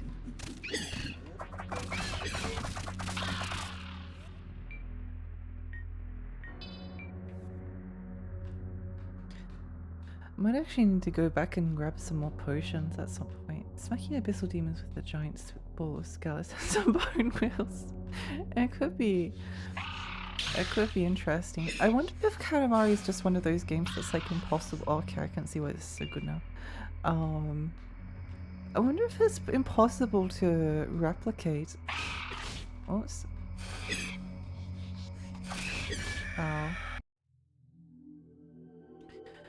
feel the Ultra Kill has fallen victim to scope creep and largely lost its luster. I feel like the devs don't know what they're doing anymore. Akita has gone off the deep end of terrible ideas and resting on their laurels. Oh, interesting. Interesting. That's a shame.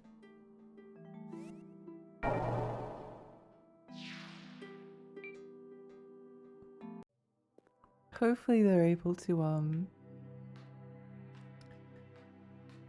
Hopefully they're able to release a game eventually that's not disappointing to people.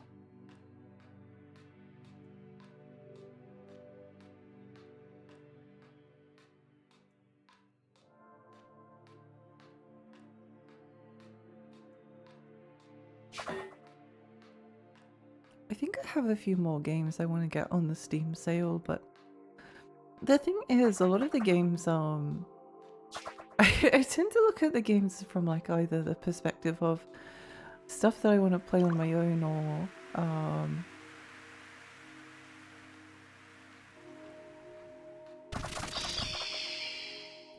games to play on my own or games to stream.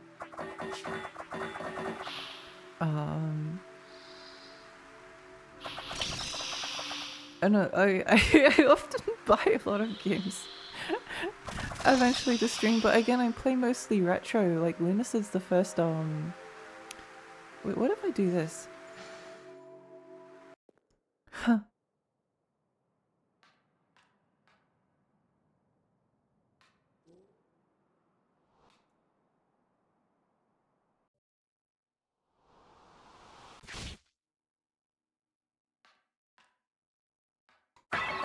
I was hoping that would work. I was hoping that would work.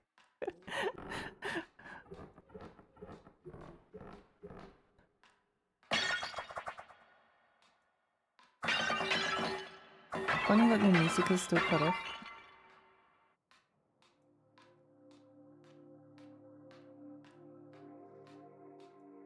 When I saw the trailer for Layer 8, my actual words were, "This is not Superliminal, you morons. This is an action game."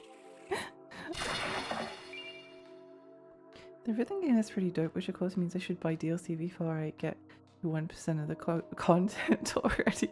Yeah, absolutely. That's what a real video gaming gamer would do.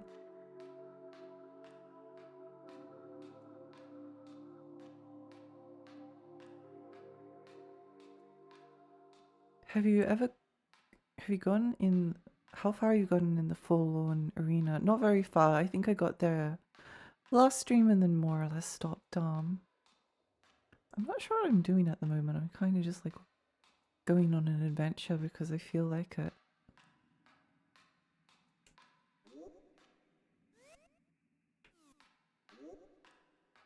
I might put the ghost light spell on.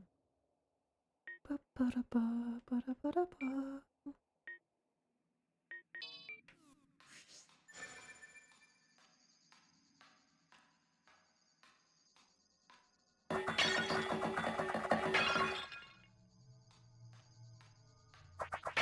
Going on an adventure for the fun of it.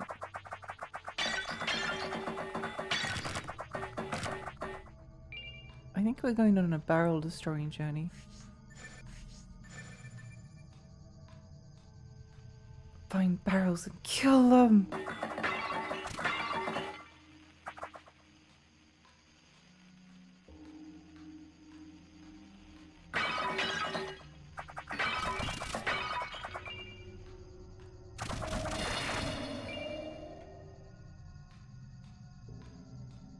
Adventures are fun. Yeah.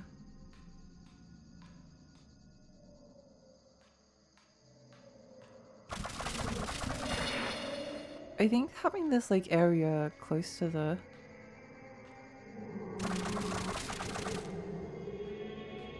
this was a good second area to have. It's very spooky.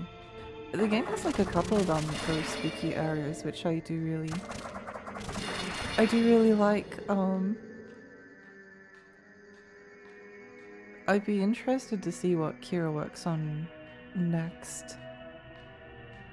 But I think doing more like dungeon crawlers is kind of a fun idea. Your character must be wearing a green hat and shooting exposure is your natural enemy. Destroy all plots.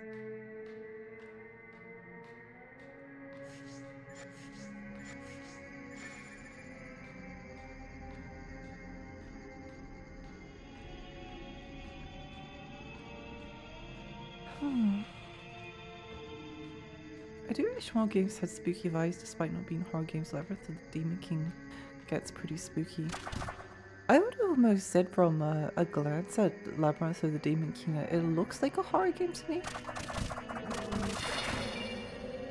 It kind of looks like it's one already.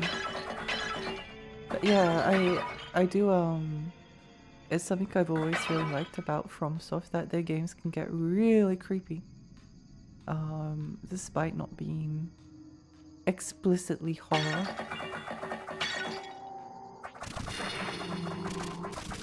Is there something? No.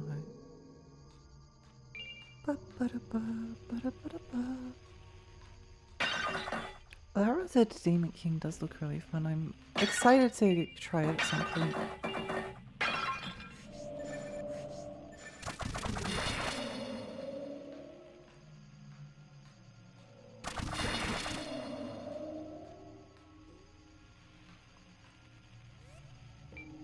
Let's do the rock, wait, no, the coffin. Finally, we can get the health potion that's eluded us the entire game. That's why we came down here. That's what we were doing. That's what we were doing. Yeah, I'm glad that our Labyrinth of the Demon King seems to be getting I do think that like if indie games like start becoming popular, like certain genres, then it always has the potential at least to uh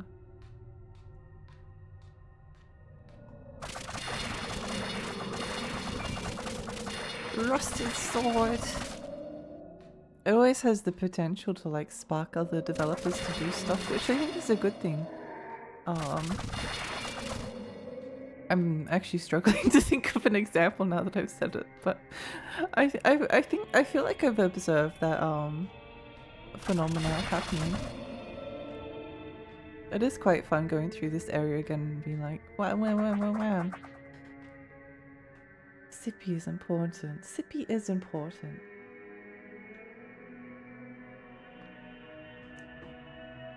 Did you find the two secrets down in the Temple of Silence?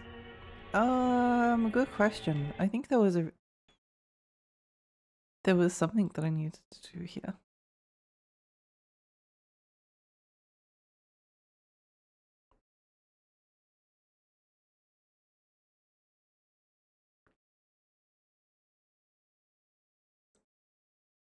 No, no, I didn't.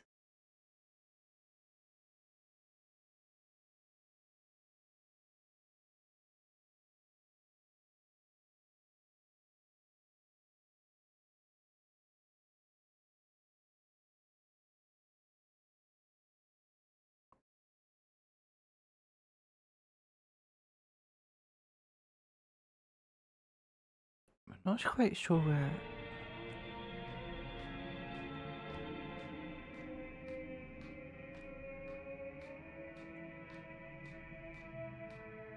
Okay, I found where I am.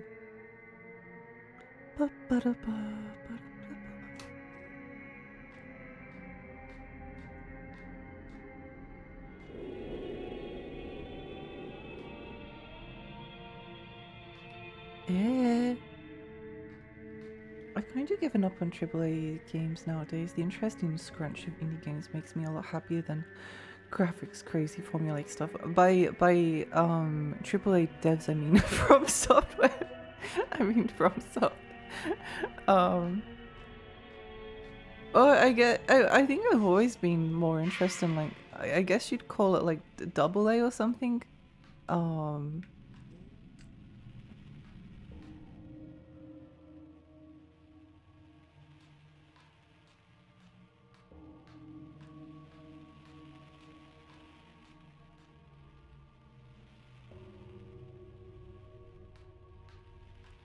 I suppose you'd like call it double A. That's always.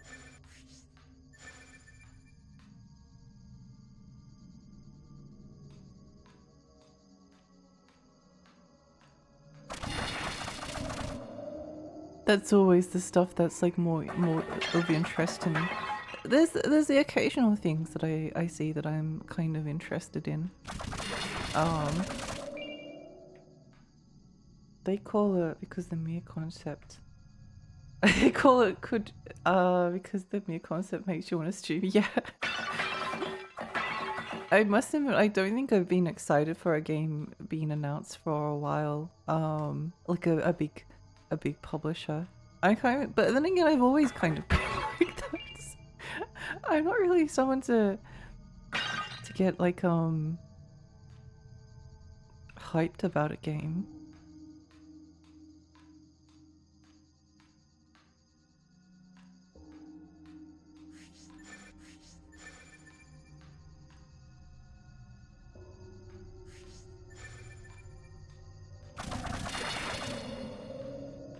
How on earth did I miss this?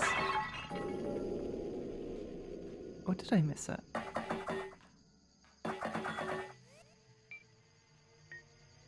Wait, hang on. Hang on. Did I miss it? Close bandage. So... Oh, VH. Wait, I've got one?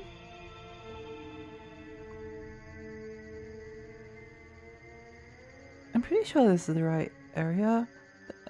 How many do you need? Hi, Absol, welcome. Even more likely to buy and play $5 to $12 indies you've never heard of now. Yeah, no, I'm kind of the same. Well, I mostly play retro at the moment. I mostly just play retro. Hang on, where am I? Wasn't there... Oh no, wait, hang on. That was the VHS I did get. Was there another one? No, oh, never mind. Never mind.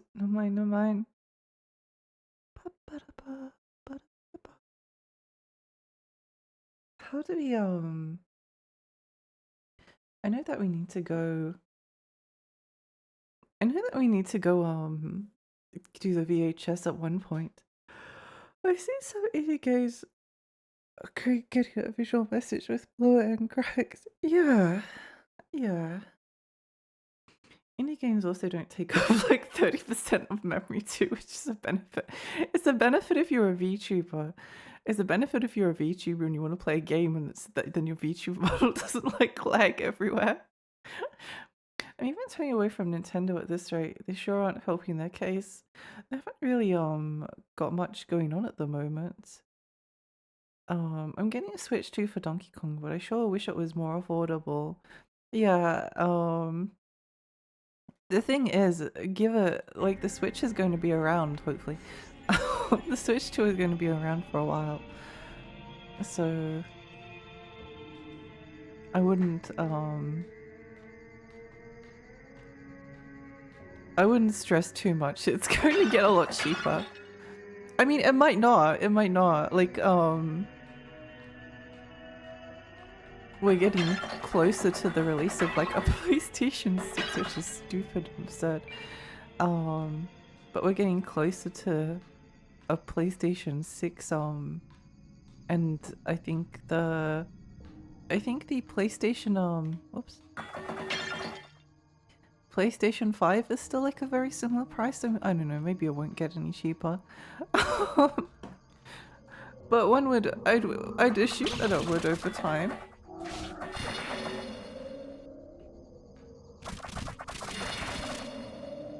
But I guess the good news is that there's no rush on. There's no rush to do anything.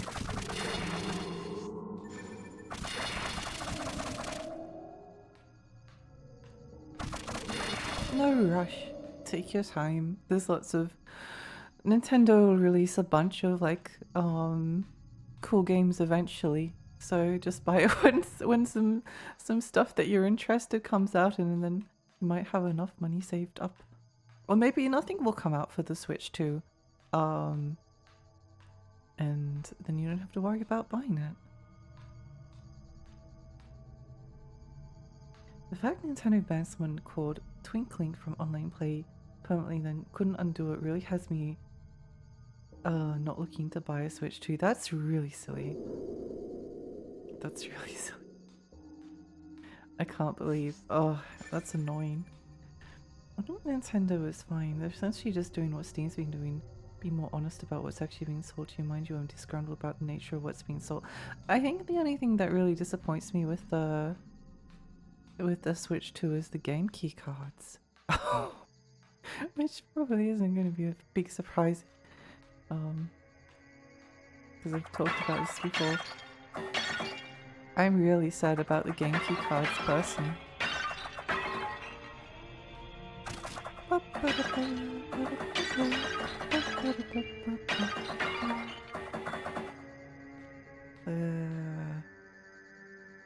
You know, if there was a way to stop myself from dying, then I would try the corpse spell.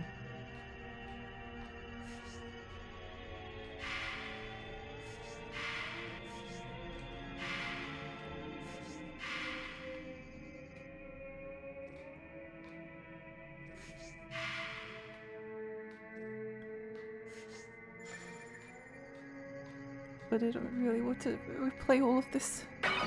Not that I really gained much or lost much, but...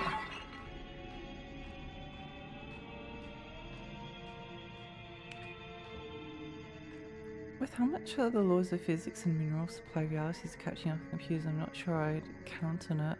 Possibly. Possibly. I find it really funny that folks complained about not being able to play this Switch before day one. It's like, fam, it's not out yet.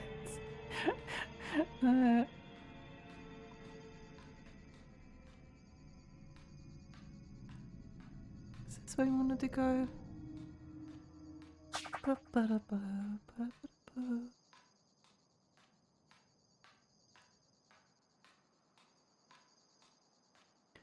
Game key cards cartridge is incredibly stupid. I'm a big like the thing is I don't like Nintendo or Sony or or Microsoft or any studio. I don't really have like any loyalties, maybe slightly to FromSoft, but that ended possibly with them releasing a PvE game. Sure, they can do that. I don't care, but I'm not going to probably play it.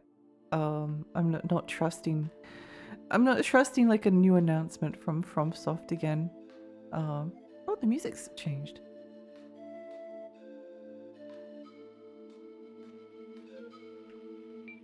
Welcome back, Lexi. Oh, mana vial, oil lantern. Okay, let me just have a look. We've got 5 of those and 6 of those. Okay.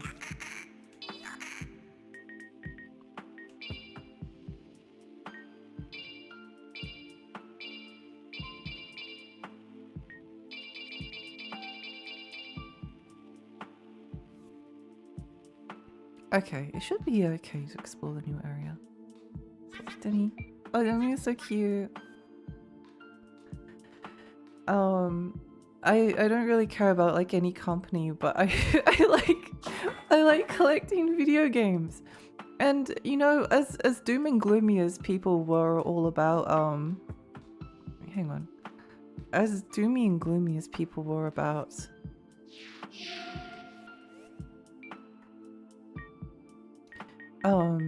like the end of physicals around like 2011 2012 or digital downloads of the future, we need to get rid of physical games, and then they didn't release like the Ace Attorney Dual Destinies on. Okay, that's cool.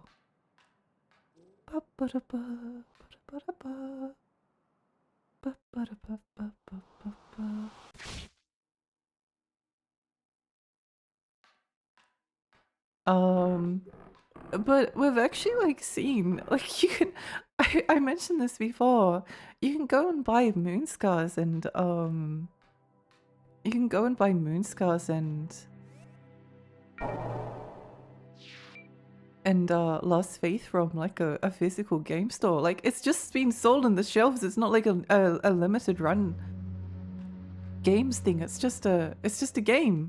It's just a game.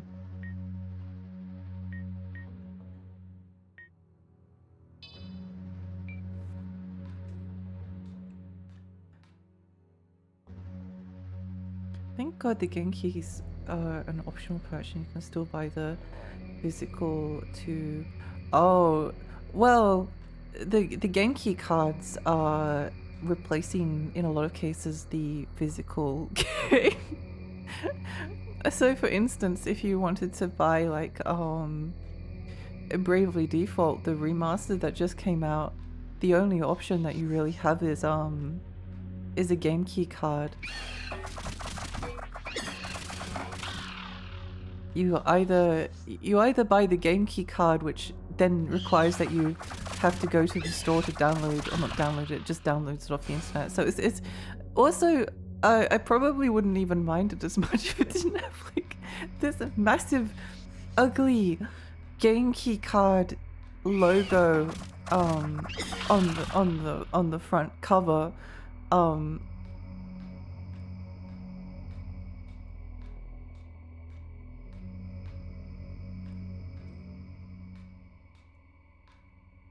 yeah, not happy, not not happy. Quick strike.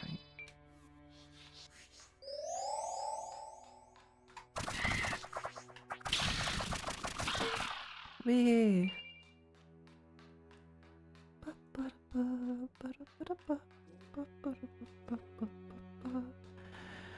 Yeah.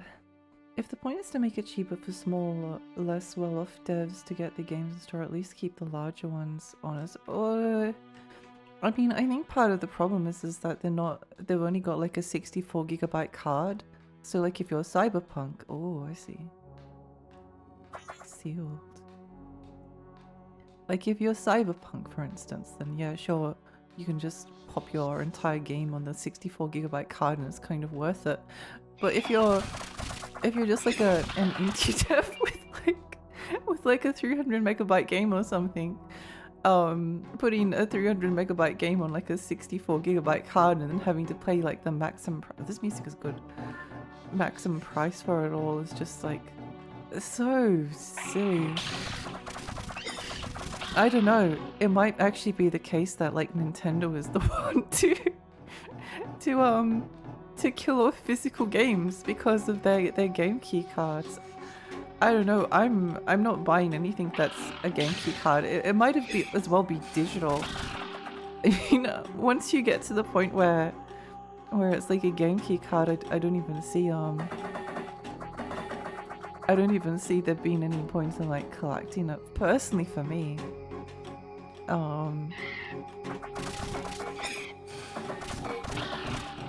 so my Switch 2 collection eventually might just be like 3 games or something, which would be really sad. I don't know. It's really important. I don't know. I just like owning. I just like having my games. Nice. It's just no fair.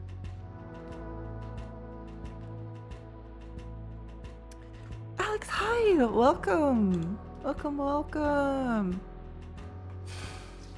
Oh my god, I was monologuing for a bit. I completely forgot to talk to chat. Fuck Sony, they ruined potential for Senran and Kagura. Ah, yeah. Was that Sony's fault? I guess they did that with the censorship, didn't they? Physical is practically useless if all the games by third-party devs are game key cards. Exactly. Like there's nothing. There's 2 games on Switch at the moment. Switch 2 that at the moment that. The only one that's of interest is that new Rune Factory game, Guardians of Azuma. I think that's all on card. I think Cyberpunk is Guardians of Azuma, Mario Kart World, and that's it. Or everything else is a game key card. The Donkey Kong game is going to be a full release, but it may as well just be a code in a box at that point. Because the thing is, like, at least if it's a digital game, then you don't have to like worry about changing out the game cartridge all the time. Like that's if there's a new Animal Crossing game, I might actually end up buying it digitally rather than physically this time, because it did end up becoming kind of a pain having to like swap the cartridge in and out to play Animal Crossing eventually. I did kind of give up on Animal Crossing for that reason. So having Animal Crossing digitally is an advantage, possibly worth giving up of physical collectors. Of course, I could always buy the physical collectors later when it gets a little bit cheaper. Um, but yeah. Uh, but if it's an option between like a digital download and a game key card, unless I'm planning on reselling the game, I'm not going to buy the game key card. The only the only the only instance I could think of buying a game key card for would be if I'm not sure of whether the game is going to be something that I like. So I may as well just buy the game key card so then I can sell it again on eBay afterwards. Um, yeah. Did I say hi, Alex? How's your new place? I hope everything's going well. The new place is nice, but I've been extremely like sad and depressed ever since moving. To a degree that doesn't even make much sense. But it was honestly like a struggle to turn on the stream, but I think I feel okay providing providing I keep streaming and I keep going. Then it will be fine. Yeah. I don't know. I'm trying. I hope that things start to feel better soon because mm, um I love the NPCs will occasionally play their instruments. It's really cute. Need to remember flute practice today. Make sure go practice your flute. The hecked up thing is that game key cards are still more consumer friendly than downloads with virtual being a physical item that can be resold. That is an advantage. That is an advantage, and that's again like the only the only thing I would consider them for is that like yeah, at least you can either lend it to a friend or um maybe in that case there are some. Maybe if I think about, oh, is this a game that I want to have like downloaded permanently or have like easier access to? So something like Mario Kart or Animal Crossing might be one. Um, Probably keep it downloaded, probably just digitally download it in that case. If it was something that I maybe would like to lend to a friend because like I don't know, something like Bravely Default HD remaster is something that I wouldn't mind I wouldn't mind giving to a friend to play. That would be actually a reason to buy it.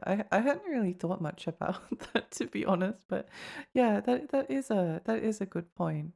It is more consumer friendly. I still don't like it though. The idea of a game being lost media always makes me so sad. So Genki cards are just another form of causing that. Yeah, yeah, it does worry me. At least like most games seem to be able to be preserved if you like retro games. Um, I think of a couple of workarounds to make Genki cards not totally depend on the internet or central server. To be honest. Oh, interesting. Well, I mean, with the 3DS, if you hack your 3DS, you can download all of the, well, not all of them, but a lot of games from like a server that's run by, I don't know, the hackers or something. Um, so there is kind of a way to download things directly to your PC, your 3DS, which is nice. It's like Nintendo was saying, we worked with the devs to give them a solution to a problem we created, so GameCube cards are good. Yeah, I'm very, very, very unhappy about it. Nintendo could do what Valve does and let you download the game data from someone else's Switch too instead. I think that there's some kind of way to like lend a game to a friend. I'm not quite sure how it works. I haven't tried it yet. I don't know how good it is. I think it was that actually what like Microsoft tried to do with like the Xbox One. But again, it's not really the lending or the reselling. It's like I just like collecting things physically. Fairies like to collect things. It's just in fairy nature. Um, so to have things, I consider the video games that I own to be like an actual treasure.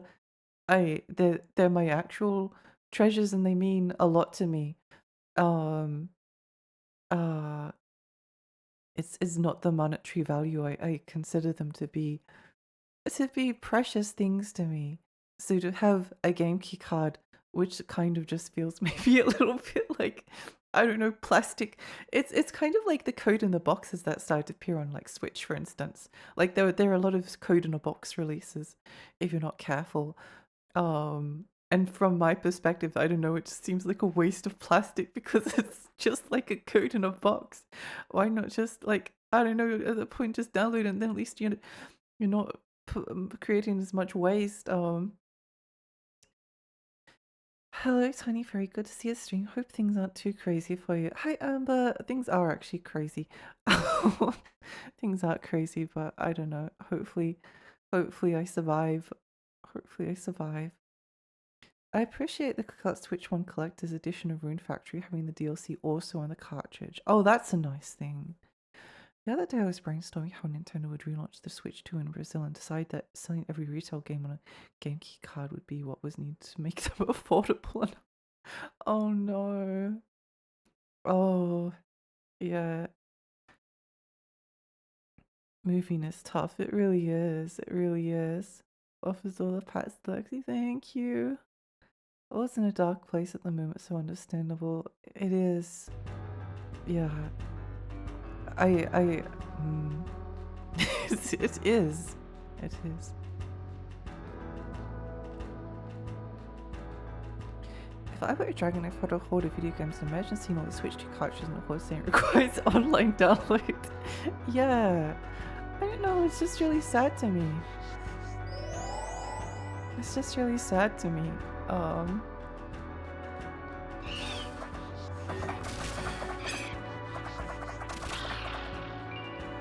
I know in a sense it doesn't matter, and I have been better about like I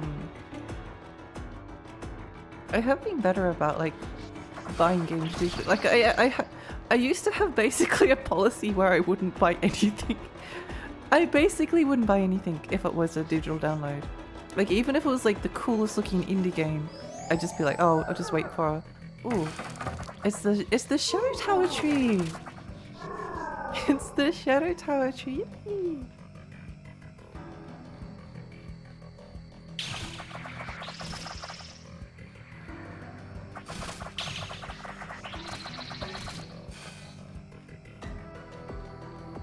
This music is very funky.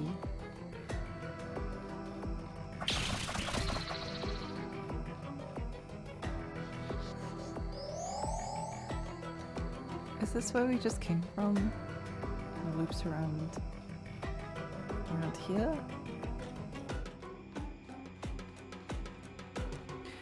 Yeah. I have gotten better at like buying games digitally. Like it doesn't matter as much to me as any. I think basically, unfortunately, what kind of happened was a bunch of things in life got really hard, which caused me to like reassess a bunch of things. Some of my old interests kind of, they didn't die, but they just changed a little bit. But it's honestly kind of sad as well. I saw power, unlike any found above. I think I found a source, but this power will take my humanity, my function, my sense of self. Is it worth losing rank and serving another if it means I'm closer to it? GOG and itch are the best places to buy a game download if you care about preserving and format shifting your games past the store dying out. Yeah. Yeah, I guess it doesn't matter. Well, I mean, it's all debatable, but I guess in a sense I don't really see a lot of risk in something like Steam dying. And Steam's the only storefront I've actually bought games from.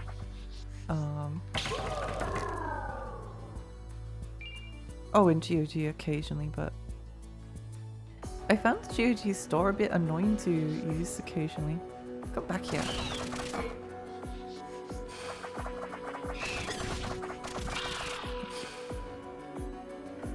Should probably manner up.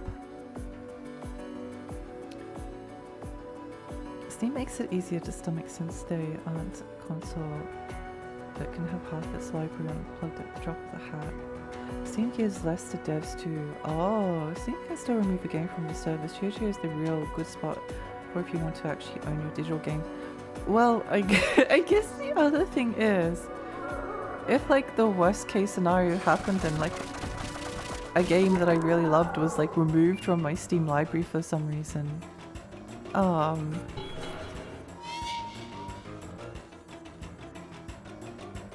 there are still ways to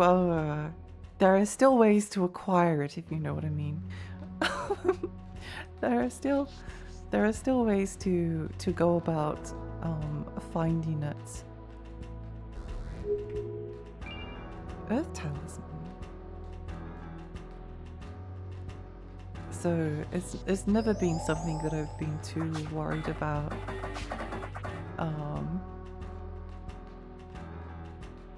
The bigger problem with PC games is that like sometimes games just stop working. Like a lot of the real one of the major advantages is to like GOG, for instance, is that like it will, a lot of the time they make sure their games actually like work on a modern PC. If you buy something like Steam, there's no guarantee that your old game will work. You have to download a bunch of like patches and things to get it functioning. I've met my end, it seems. At least I found one of the great curses, the unkillable serpent, second only to the Seven of Swords, the thief of life. I'd hoped to find that one as well, one who could steal their life back if dead, and turn killing into power, but alas. I love these notes, they're so passionately written.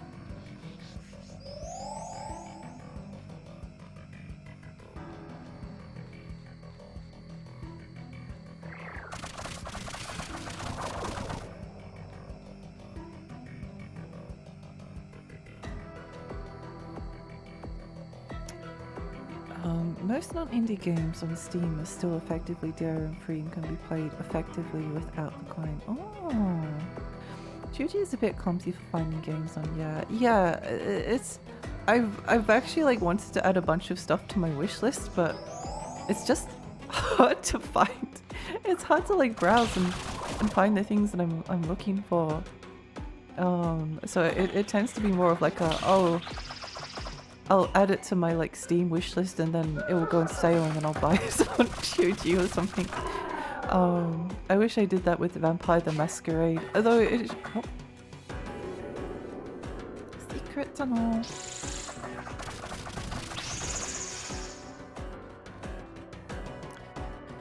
I hope Uma Musume lives forever. I hope it does too. I hope it does too. I mean, the thing is, even like once a game like, I don't know, something like Genshin or Honkai Impact die, I'm sure there will be fans that are able to like, I'm sure there are fans that will be able to host like a private server. But yeah, stuff like Uma Musume and all of like the online content, and then, I don't know, it makes me a little bit Showblade.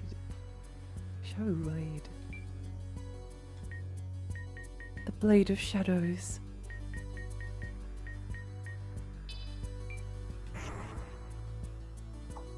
I hate it. That's no. Nope, sorry, not interested. Anything other than that.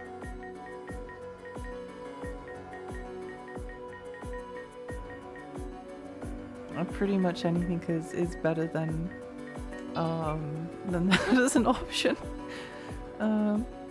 Yeah, I hope Uma Musume lives forever. I think it's a really cute series. I've only been watching the anime, but it's actually been like, there's only really been like two things that have been helping me survive the move, and just like other things I've been feeling. It's been the Uma Musume anime and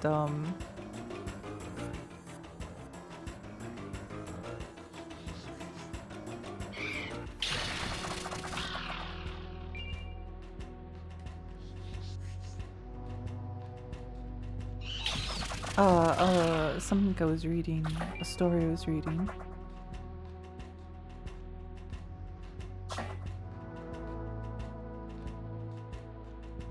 Really cute, really feel good. I like when the horse goes and these go flick. Um, it's really cute. It's such a cute series. Software art is such a bother. I guess it's a positive, I don't know. I've never had a game. Maybe some of my older games is going to start rotting soon, but I've never had a... I own pretty old games and I've never had a game that I haven't been able to get to work. But even in, I don't know, even in the worst case scenario, it's like, I don't know if I had a copy of Xenogears and stopped working for some reason. It's not like I wouldn't be able to still play it, and I'd still have the physical copy with all the memories of when I bought it, so. But yeah, it would be nice if it just lived forever. It would be nice. Vampire the Masquerade Bloodlines works just fine on Steam release. You just need to download the patch, whereas GOG has it by default. Yeah, the last time I tried it, it didn't... Like, it used to work and then one day it just stopped working, which I thought was really annoying.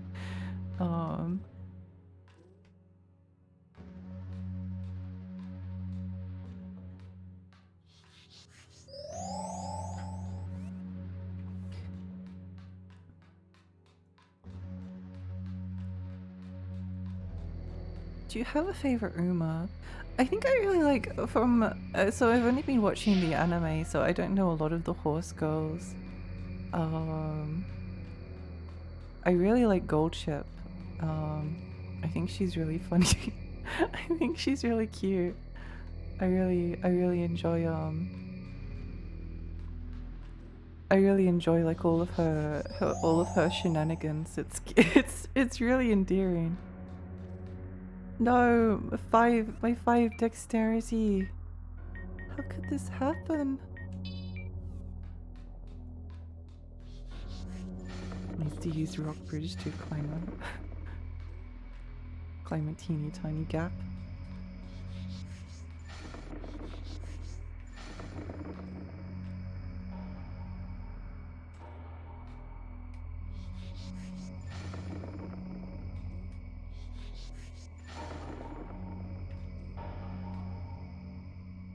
It's already possible to run Genshin on private servers. I mean, no, not possible at all. Yeah. It's always fans will help preserve things, but it would be nice if they lived forever, for obvious reasons. Shadowplay is perhaps the single greatest troll in the game. It's very funny. It is very funny. I did enjoy that. Also, this music is bop. This music is a bop.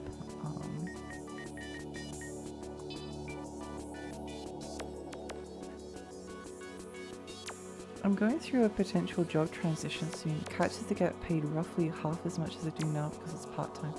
Oh, I hope that it's at least like better for your mental health if that's possible. I just love girls. Yeah, me too. How much guidance on obscure stuff do you want? I should have asked earlier. I think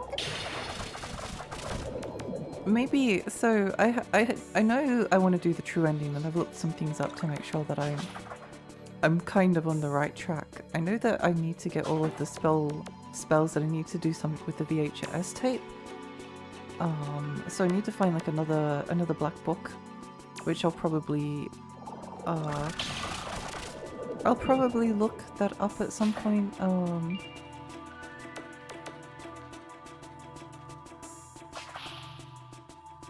Once I get close to like finishing the game, maybe if there's like any cool secrets, I might ask about them.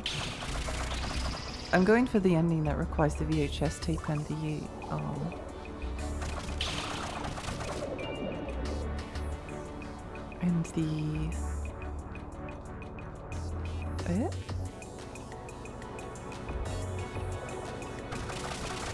and all the spell things, so I won't worry about any other endings this playthrough. I'll probably look them up on YouTube, to be honest.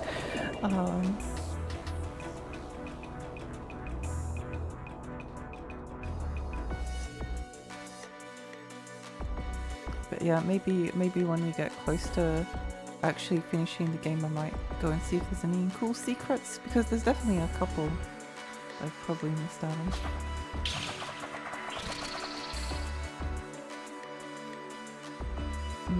The music in the Fall Lunar Arena is some of the best in the game. It really is.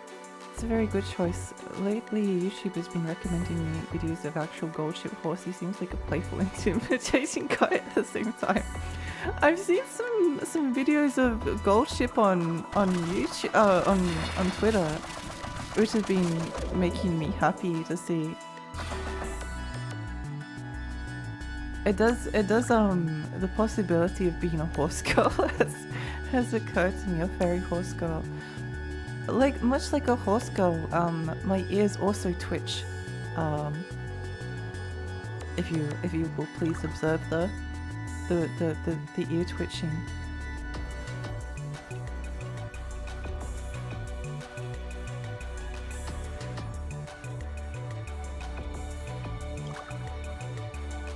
I'll probably get better at sleep, at least. It just would be a length time financially.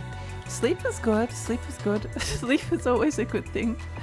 I do hope that it works out well for you. I hope it works out well for you, and I hope that maybe eventually you can... I think providing you're like surviving, I would rather have less money.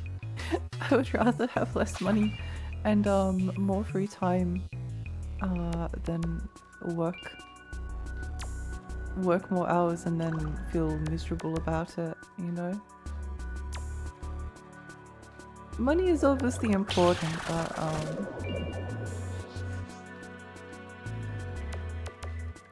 providing you've got enough to survive, then I would value the free time more. Probably get the true ending. The canon ending of Lunacid is the default one. Oh, interesting.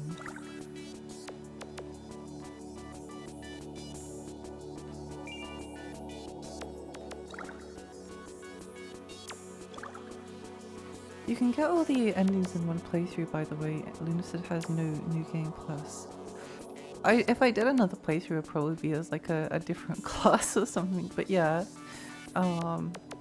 Or a different character for like roleplay purposes.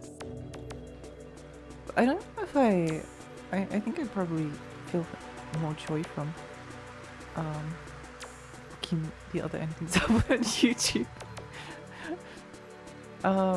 Mostly because like once I've finished with the game, I like to be finished with it.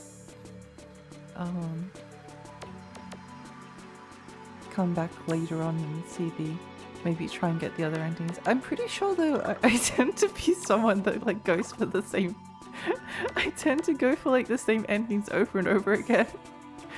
I'm like I've actually somehow, one of the few games I've replayed a couple of times is Bloodborne. And my playthroughs of Bloodborne I keep coming back here. My playthroughs of Bloodborne is always choose the threaded cane and always get the ending where you get to be a worm loved by a cute girl. That's the... I think Bloodborne honestly fulfills like the truest like the truest fantasy, and also answers the question of would you love me if I was a worm. Evil good. Yeah. People sleeping on sheep girls literally and figuratively. Sheep girls are so cute. Sheep girls are so cute.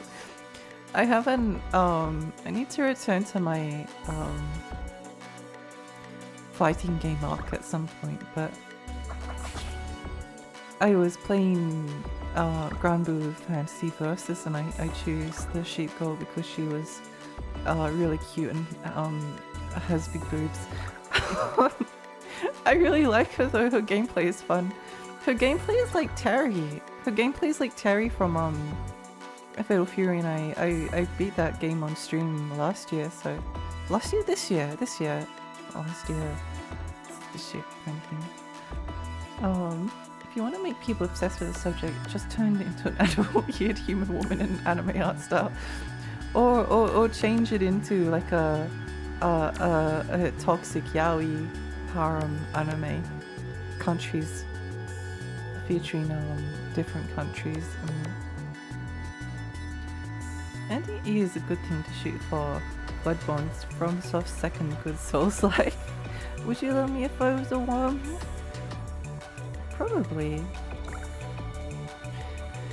Become a Slug is a very good ending. Gets hugs from Beth Level Up Girl. Yeah, I've been really into Bloodborne Toxic Yuri of late. It's quite good. Quite good.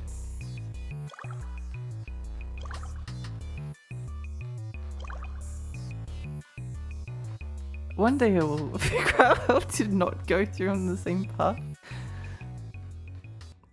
Hang on. Yum. I want to get Grand Blue Fantasy versus Rising eventually, but any newish fighting game has so much DLC that sends me into a blind rage. I actually find the DLC additions really exciting because it's like, oh, is this is this character going to be someone who I'll enjoy playing as? I always if the DLC characters are like cute anime girls, then I usually don't mind DLC.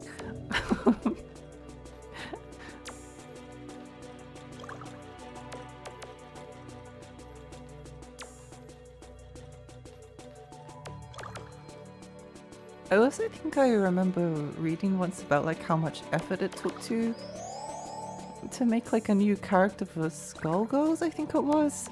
Like the amount of money that was required and the amount of time it took to like create one singular character. And that always impressed me so much that I was like,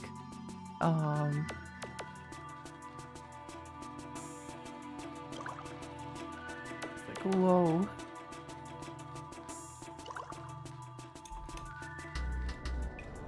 Toxic Yuri harem anime featuring animal weird human woman. Oh my gosh, I would watch that. Would become my new favorite show. Agile Lady Maria playing doll self-love. Yeah, it's great. It's great. I love Lady Maria doll. I love Lady Maria, Lady Hunter, heart yanking.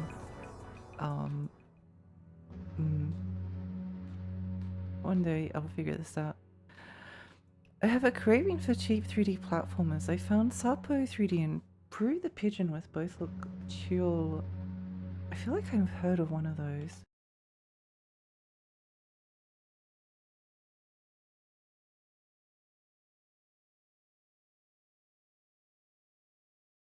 Sapo 3D. Oh, that looks so cute.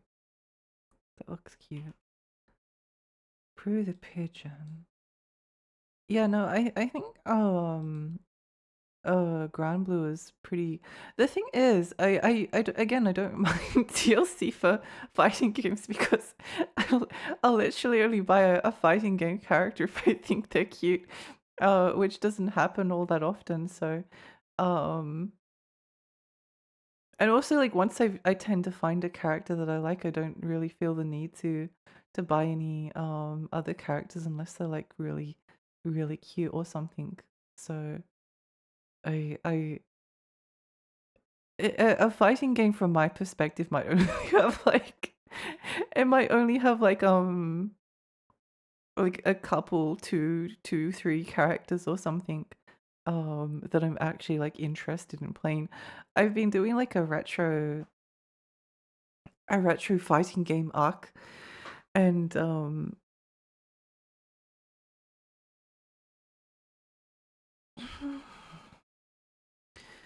and a lot of older games, there's literally like only one. They might have like a roster of like 12 people, 10, 12 people, but there's actually only one character who I'm interested in playing.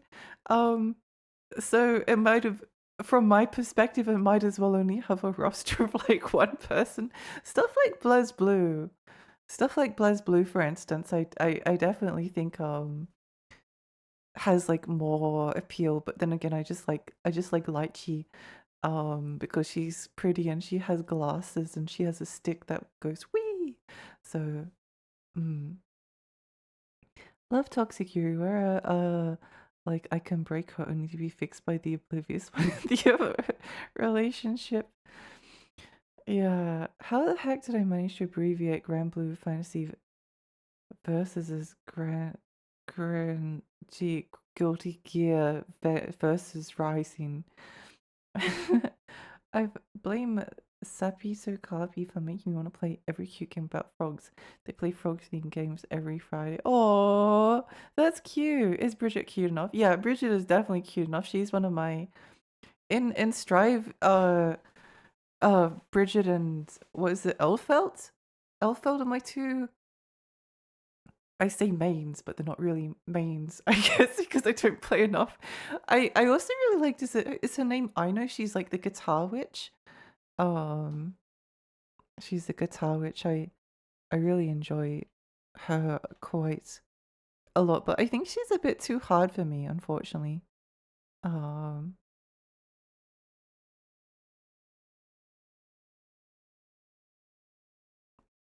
oh, okay, that makes sense. I was just checking the map to see. Oh, old fighting games are pain. They really can be. You know, I made one of my New Year's resolutions. Hang on.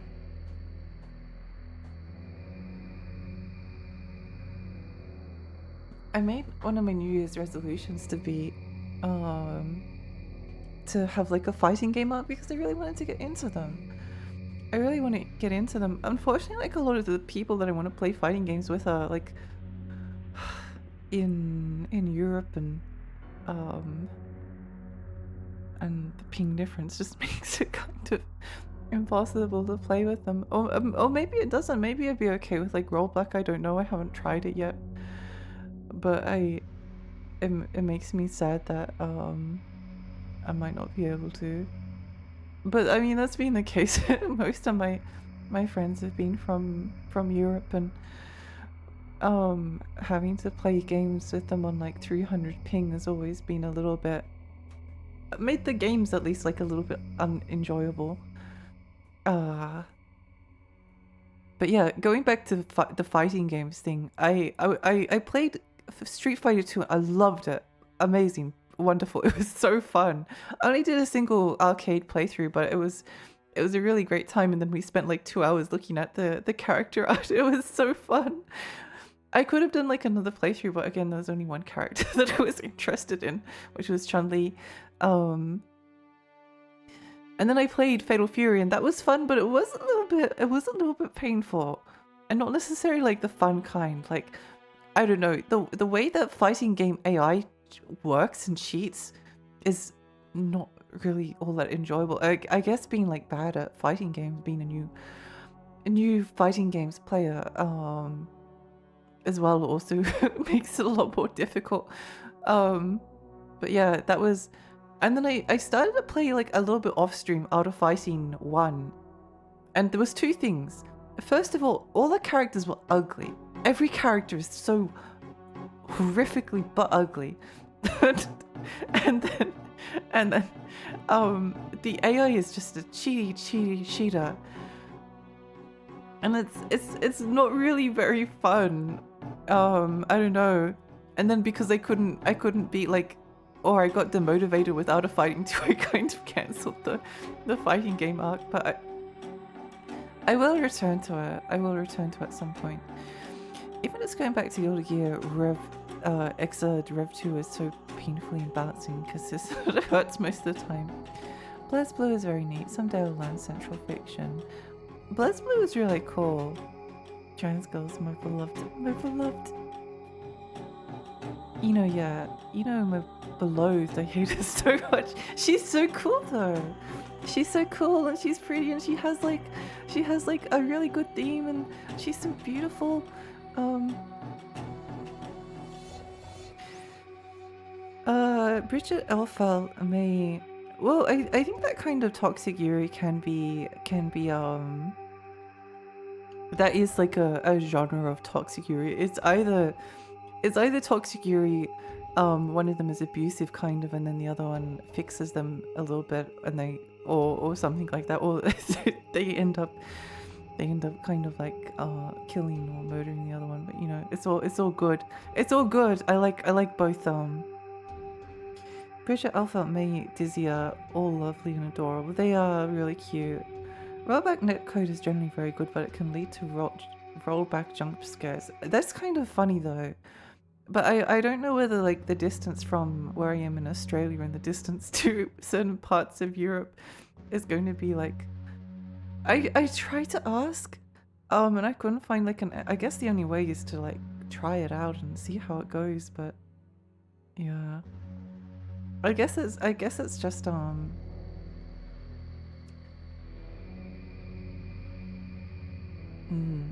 trying girls kind of at least be not HRT, but also in that liminal space where I kind of feel like a girl, but not really a cute girl. I guess it depends on how you're thinking of. If you're early on HRT though, I think a lot of people kind of like struggle with like feelings of not feeling girl enough, for instance. Every fight is a boss fight in that game. Yeah, it really is. It really is. It really is.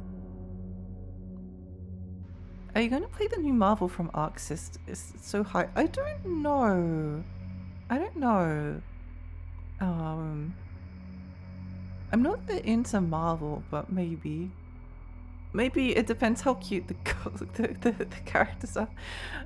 Toxic Yuri Dot versus Toxic Yuri Regen. Yeah, it is a bit like that. Or the other one is like Toxic Yuri, I can make her worse, and then they actually like succeed in making the other one worse. I like that as well. Toxic Yuri Poison Weakness versus Toxic Yuri Poison Immunity. Yeah.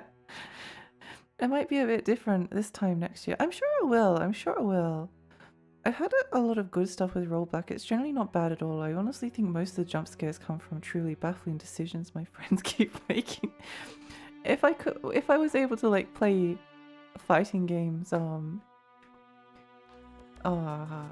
because it's always been kind of a dream of mine to.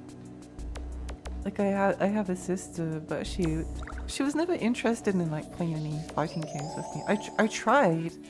I tried, but it was always something that I needed to like bribe her with. It wasn't something she enjoyed, and that's fair enough. Like I think the problem that fighting games kind of honestly have is that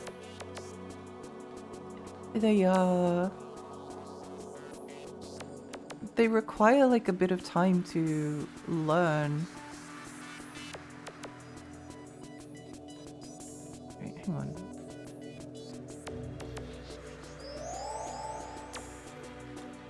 Like it's not as easy as just picking up like you can pick up the controller and just mash, but I used to play Tekken with my sister, and she like picked Christy and she just pressed all the buttons and she won, and it's like cool, I'm never playing again. Never playing that again.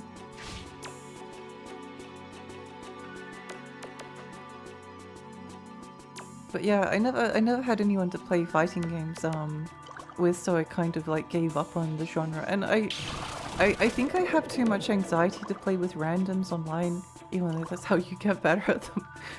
But I don't. I'd rather not do things that make me overly anxious if I can avoid it.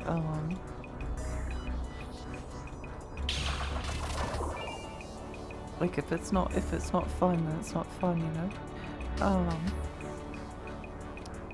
But if I was able to actually play with like my friends and have a good time, then I think that would be very transformative. Because like everyone that I know, hello. That was very rude.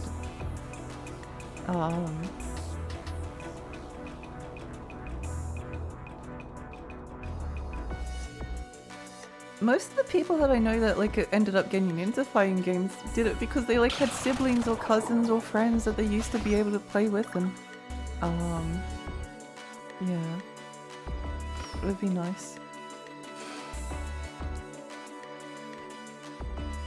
Wait, hang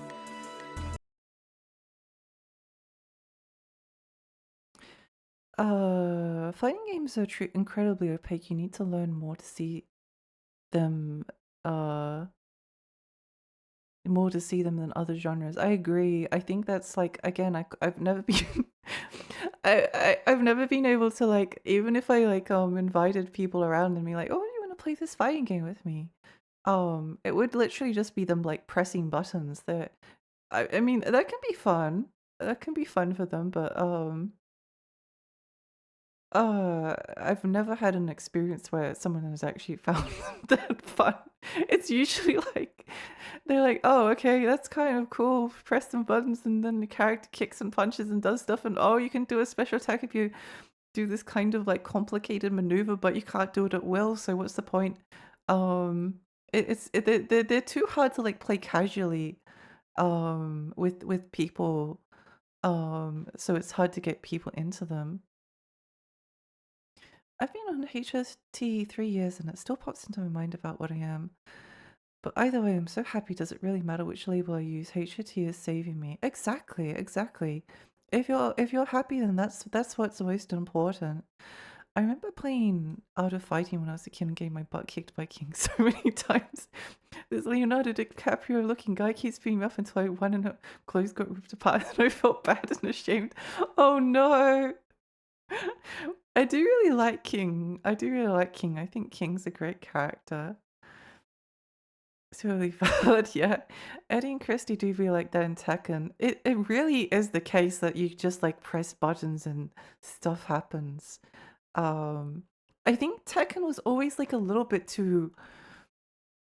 I've kind of had that experience with Soul Calibur. I appreciate like a fighting game like out of King of Fighters or Out of Fighting or Street Fighter or Mortal Kombat um or I guess any game that's not like a 3D fighting game.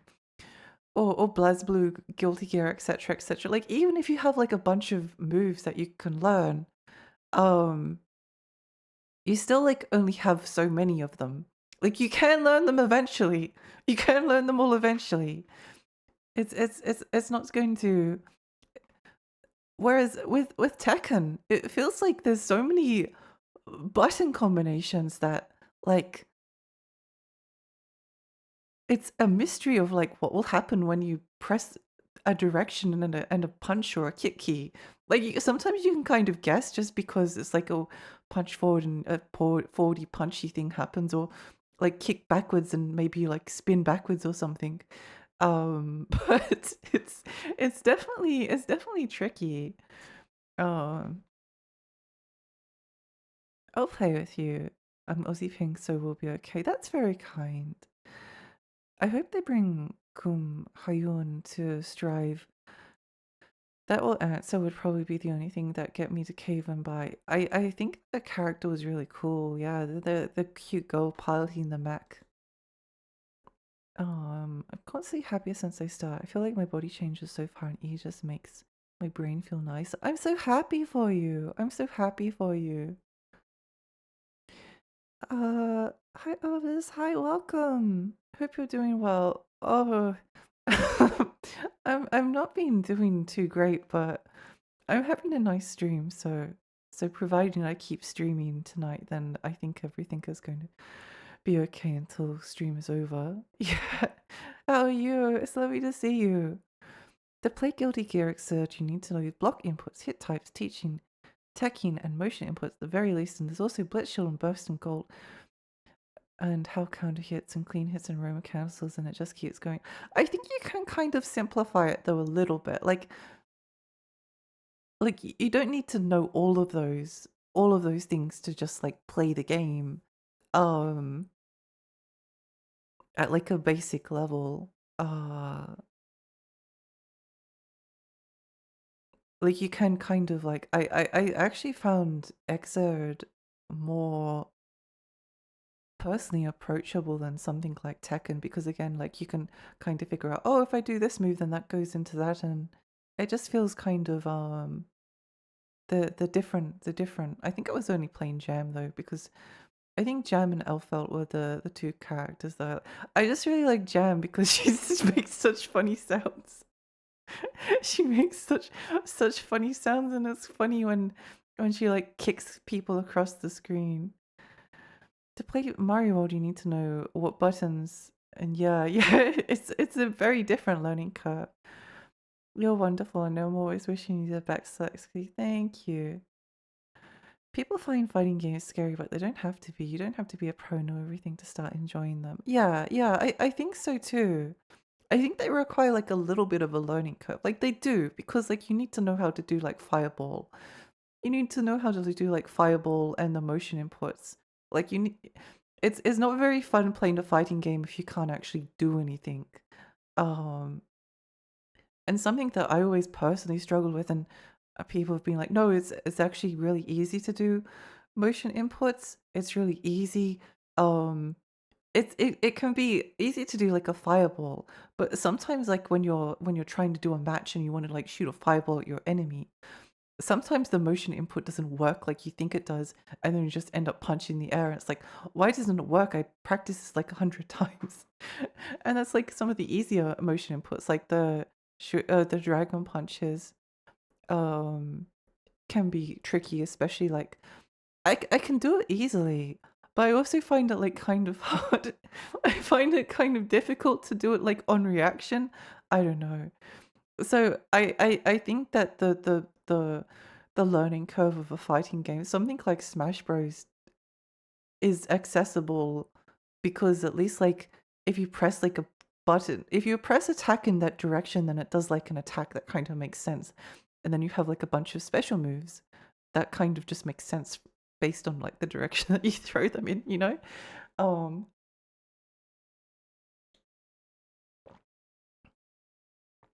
Almost all of Jam's attacks links and Alpha has the highest damage and longest range in the game. Yippee! Yeah, fun characters. Everyone screws up motion inputs, even long-time players, just happens. Yeah. Super basic input. My friend who has like 10 hours of soul backlight still struggles with it. They're tricky. They're tricky games to get into. But I don't know. I think they can be.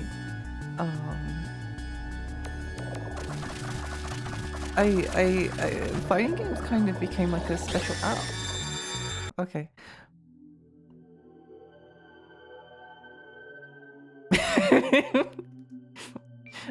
I quite enjoy when stuff like that happens. You're just like sitting around talking about fighting games, and then suddenly, death. Death. Where was the? Does that mean you have to replay the other section as well? Which is fine, but this one. Earth Talisman. No, I did save. Good job, Lexi. Good job, Lexi. I do hate the control stick inputs. It's like the moment the stick veers in slightly, the input says nah. Yeah, it's tricky. It's tricky. I like them as well because like it's satisfying to learn. It's satisfying to learn them, but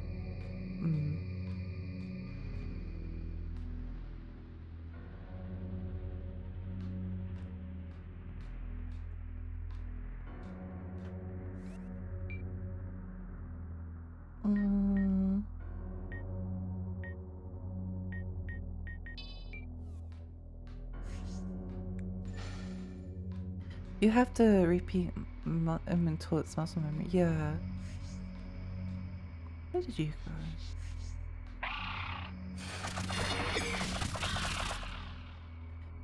Are you playing Uma Musume as well, Lexi? Is there any girls you like?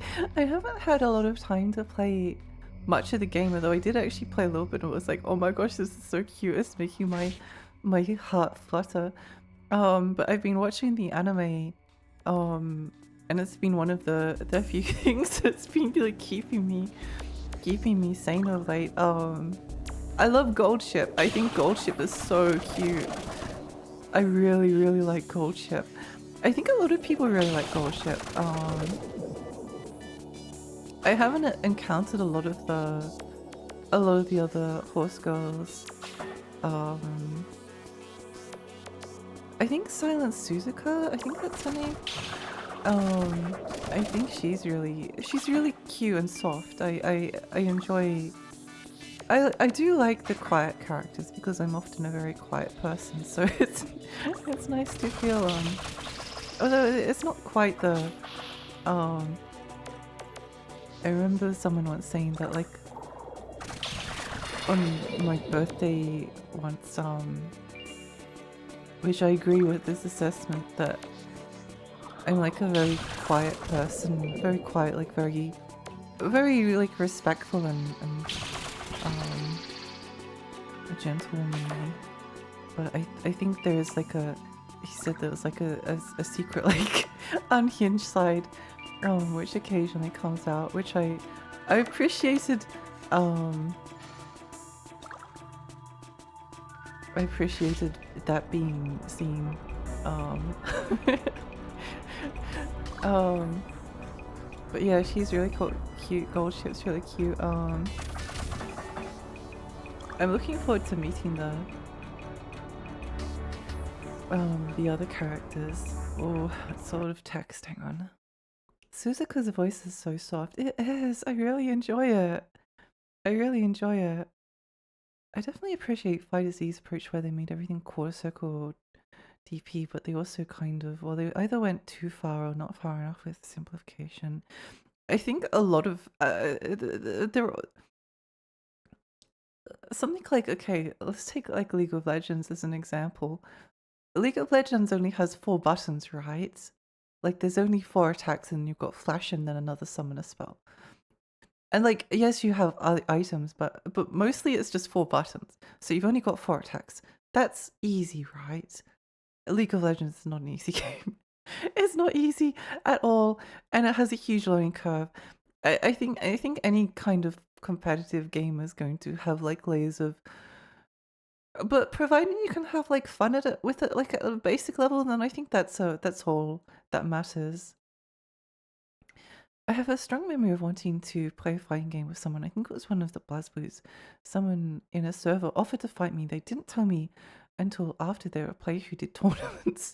They demolished me in seconds, and I don't know that I even got an attack and like, cool dude, you stabbed on a casual GG. It is kind of a difficult thing because you do need to more or less like, I guess I've when I was growing up with my sister, she was always someone who wouldn't play a lot of games unless she like won most of the time, and I was older and I played more games, so I just if I didn't go easy on her, then I would win every single time. So I'm kind of used to like holding back when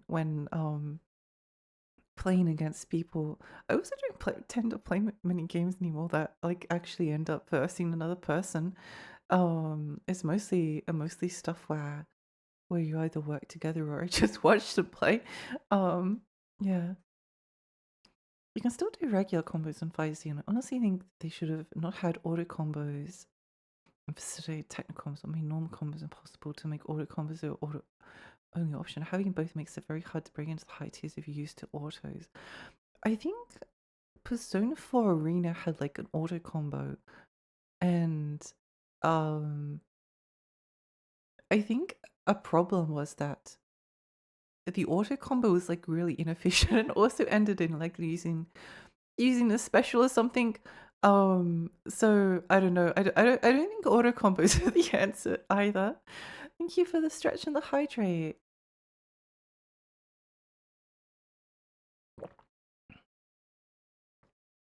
I really play with other people. I kind of just enjoy playing. Okay, it's about myself in all games, and sometimes the difficulty makes it worse than the human SNK games, for example. But it's like a way of relaxing, leaving my mind blank for a bit. Yeah, I get that. I think once things calm down. Oh, all my arcade sticks are actually in boxes at the moment, so I can't do it even if I wanted to.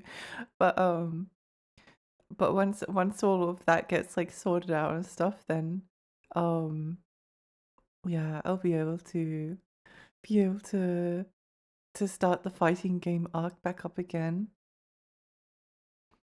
I don't really know much about Uma Musume. I think it Manhattan Cafe or what was the name? Coffee House. What was Manhattan Cafe? I don't know if I've seen much of her. Oh, she's so pretty. Oh my gosh, she's so cute. Ah, she's so cute. She's so cute. Oh my gosh. Okay, I need to watch more of the anime and play more of the game. She's so cute. Mm. Hey Louie, hi. I hope you're feeling better. I'm feeling better while I'm streaming. I'm feeling better while I'm streaming. Providing they keep streaming, then I think I'll be okay. So we'll just keep streaming forever. We'll just keep streaming forever. And then yeah, I think we'll be okay. Yeah, I am really happy that horse girls are a thing.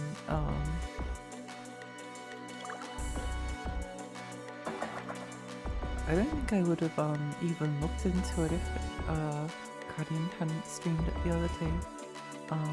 So I'm really grateful that she did. Because it's been something that's cheered me up quite a bit of late. It's nice to just have the anime is very Yuri as well. Very cute, very Yuri. Very cute, adorable characters. Lots of nice feelings and emotions.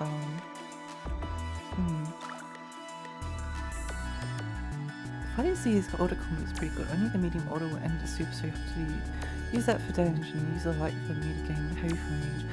I think if from like a casual perspective, someone having like an auto combo is a really nice thing because it means that like you can kind of make the person feel like they're doing something, which is a really nice thing. I love this music. I really wish Les Blues Abyss mode was co-op somehow. It's not like they're gonna reuse the cross tag system. I'm not sure what the Abyss mode is actually. Forever stream, forever, yeah. I don't like fighting games because I don't have the dexterity for most of them, and the kind of people who play online are rarely the casuals I have a chance of winning against, so I like Smash and nothing else. Though Smash still needs to invent a line that doesn't suck one day. Maybe one day, maybe one day. Maybe one day it will happen. Oh, hello.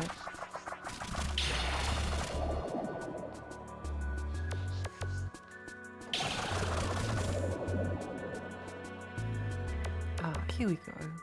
Wait, hang on. I think there was something I wanted to actually do up here first. Let me just go check. I think I mentioned this before. Fighting games kind of became like a kind of special interest for me a little while ago. Something that I really appreciated. I don't know. I think they're just like really cool and interesting. Like ignoring all of the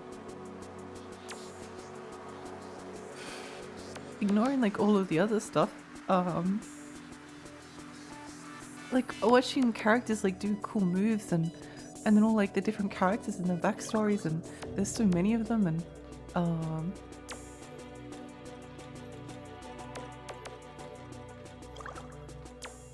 yeah, I think it's really cool. I think it's really cool. I just think it's neat. I like all the characters. I like going into the training rooms and see what they do. If I find like a character, and I like thinking about like which characters I would main if I play the game. This is the kind of stuff that I've actually ended up like having a small. Most of the collection I own is actually on Steam, but I've thought about buying having like a physical fighting game collection because I only own a couple. And I only bought them in the past because I was like, oh, I can play them with my sister, which obviously didn't work out for reasons we discussed earlier. But yeah, I think they're beautiful. I think there's something kind of enchanting about them beyond like I felt like I'm not someone that likes League of Legends anymore, really. I don't like playing it. But it's also like a game that again I find really kind of like fascinating. Just because like there's so many characters and it's also cool and they got pretty skins and some of them have glasses and they shoot cool abilities and I like learning about them and seeing their backstories and then I don't know, they're almost like gacha games in a sense. It's fun learning about like all of these different characters that you have to meet and all of the different things that they do. Um, have you seen Unika's Supers in Guilty Gear Strive? I don't think I have. I don't think I have. I think I looked at her character design and it didn't appeal that much to me. So I kind of ignored it. I kind of ignored it. Street Fighter Alpha 3 had an RPG-like mode. I've actually thought a lot about how I would stream Alpha 3. Is it the PSP version has like the best version of the...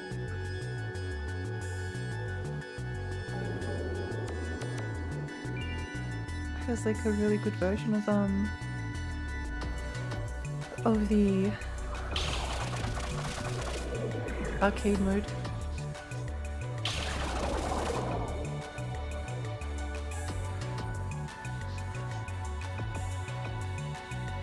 I think I actually tried a little bit of the PSP version of Alpha 3 and there was a cute character that had like tonfas that I wanted to play as. I think she had tonfas. I'm a fan of tonfas. I think they're a cool weapon.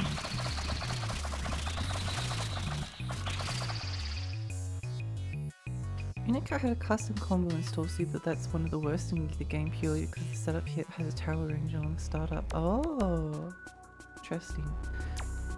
I know that 2B from Grand Blue Rising has the super that makes her clothes explode, which I think is good. I don't know if the PSP version has the RPG mode. The PS1 version does. I used to own it. Oh.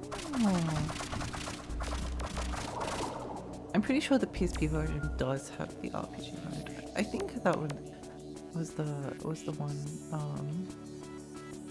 It's cool when there is stuff like that. I think that fighting games should have some kind of like modes where you can like do stuff. I really like Dissidia. I like Dissidia and I like the RPG mode it had as basic as it was and like getting to equip stuff and run around the map and fight people. It was fun. I actually wouldn't mind streaming Dissidia at one point. It was I really enjoyed playing that. A shame that the a shame that the Dissidia that then released on like PlayStation 4 was really Dissidia NT was really not to my taste. I was rather sad about that. You should play Puzzle Fighter too. I really like the GB Fighter game. But yeah, I know a lot of people really like. I think the only thing that puts me off Puzzle Fighter is that I don't really tend to like puzzle games. I should do grocery shopping for mother at the farmer's market today. Not stream later time and get back up to 9 with good rest. Very rest. Thank you so much, Laura. I hope you have a nice time at the markets. See you soon.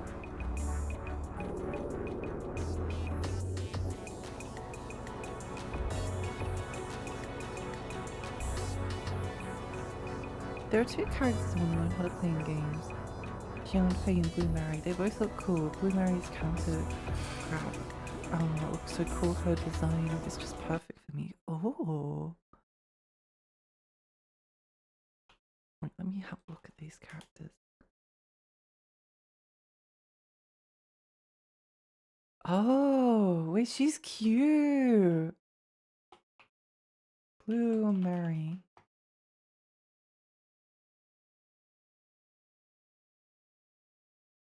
Oh, Blueberry's cute as well. I really like watching compilations of.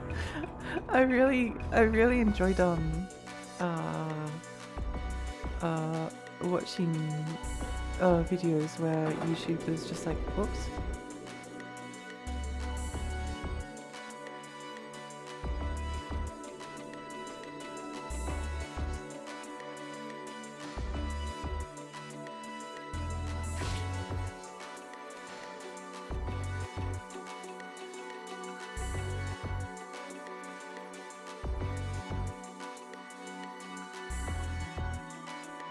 YouTubers like go through the supers. I guess it's mostly Maximilian Dude that does it. But I find them really fun. It makes me want to play the games just because the supers look so cool.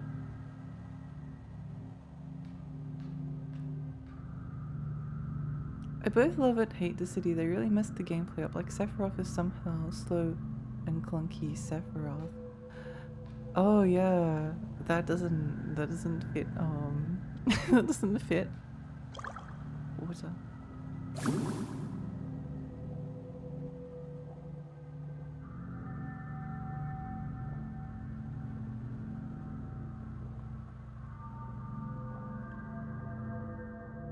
Is there an air meter in this game? Don't remember.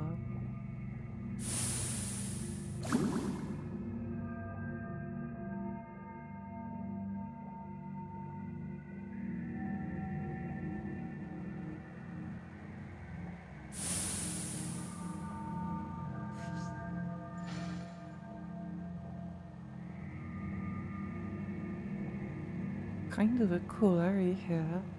Girl's cute. True. I meant Pocket Fight. Oh, Pocket Fight. Yeah, no. I like to play it. I like to play Pocket Fight. I really like Darksiders. I was mostly playing Lilith. I like Lilith. She's cute.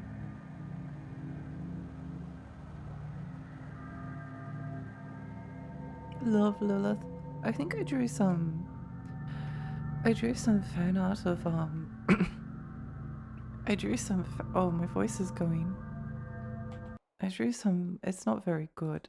I guess it's more cute than anything else. Where is it?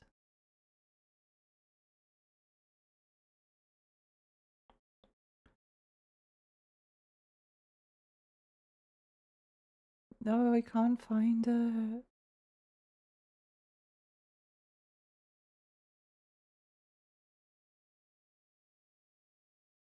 No, where did I put it? It's definitely here. Oh, here. This might be really big. Yes, it's really big. I drew this last year. That's I and myself in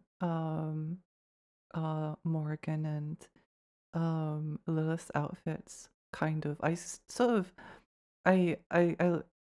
don't really care about accuracy. I kind of stylized the costumes because I wanted to, but yeah, I quite liked that.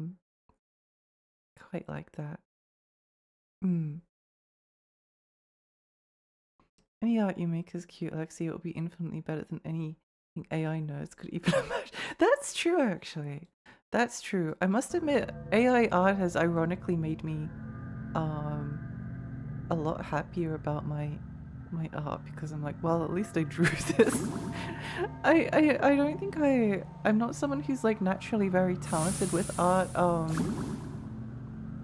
for like a variety of reasons, but at least it's stuff that I drew, flaws and all. At least it's mine. at least I made it.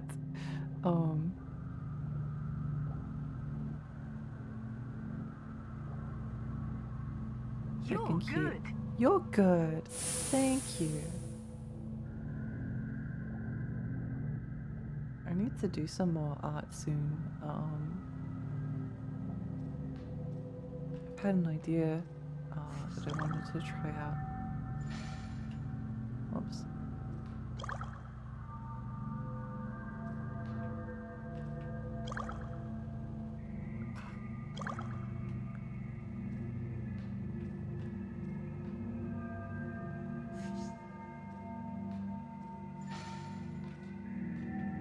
Oh, it did work. Nice. Fractured death.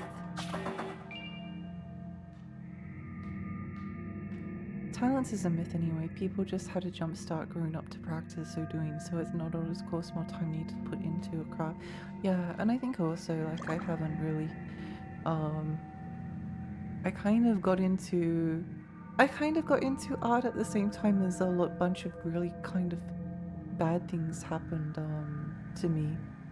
So I honestly haven't had like the mental and emotional energy to just like do a lot of like anatomy practice and stuff.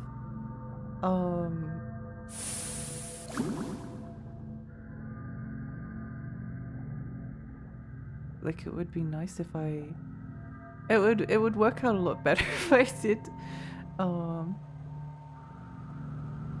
do all of that, but yeah. Oh, yeah, on the outside again.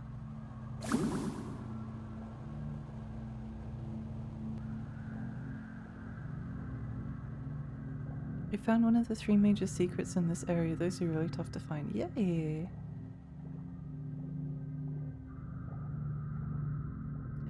I'm not sure if I'll finish Lunacid tonight or if it will be a tomorrow thing. Because to be honest, how long I've been streaming? 3 hours. We haven't really done much, like in terms of making progress, but we've done a lot of talking, and I kind of it's less. I think tonight is less about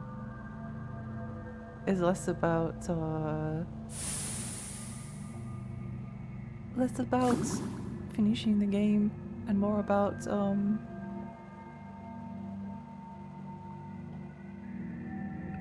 exploring and talking and being a little bit distracted and stuff. You know. Oh, I see. Okay.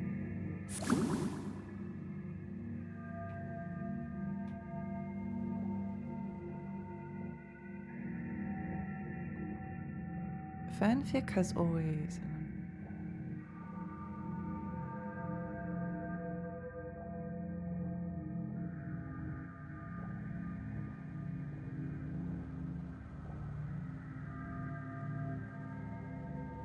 If you're dead set on ending knee, you've certainly got some grinding ahead. Yeah.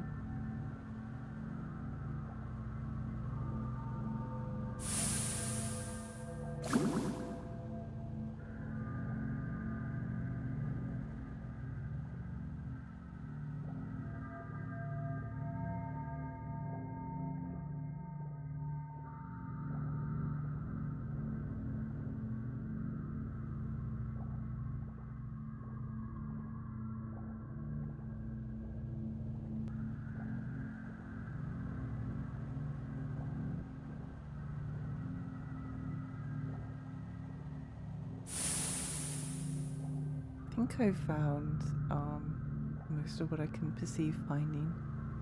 Just a good chat with a silly game in the background sometimes. Sometimes that's just all you really want to need. Sometimes that's all you really need.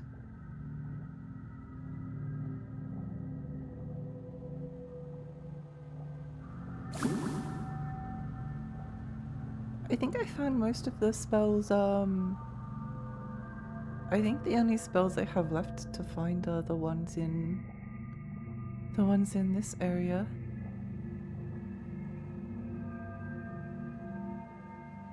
I maybe could just go for the basic ending and then do the ending or whatever off stream or something.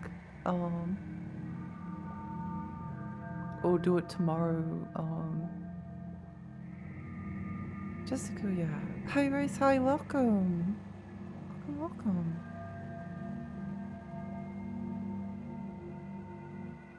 Let me out. Can't remember where the exit is.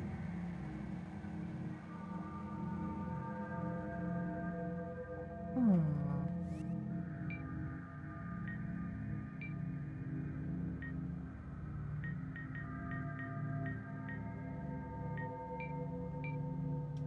Coffin didn't equip.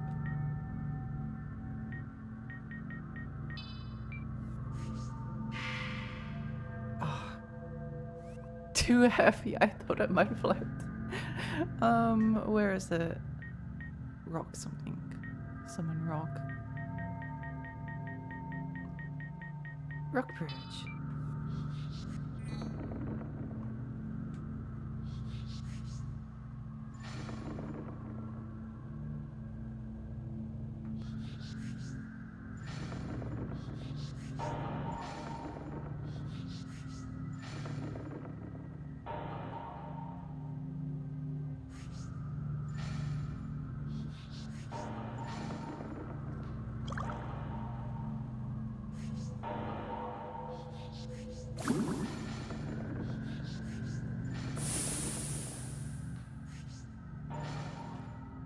Whoop.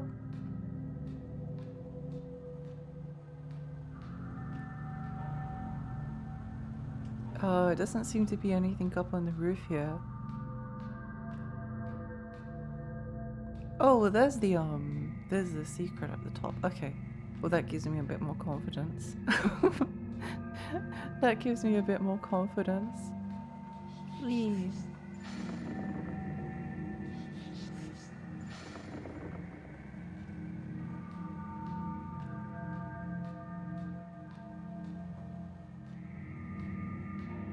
I'm quite happy that Uma Musume seems to be getting kind of popular at the moment. Not that I can really consider myself like a fan of it or anything. Because I've only watched like a couple. I've only done a little bit, but it's really cute. I don't know. It kind of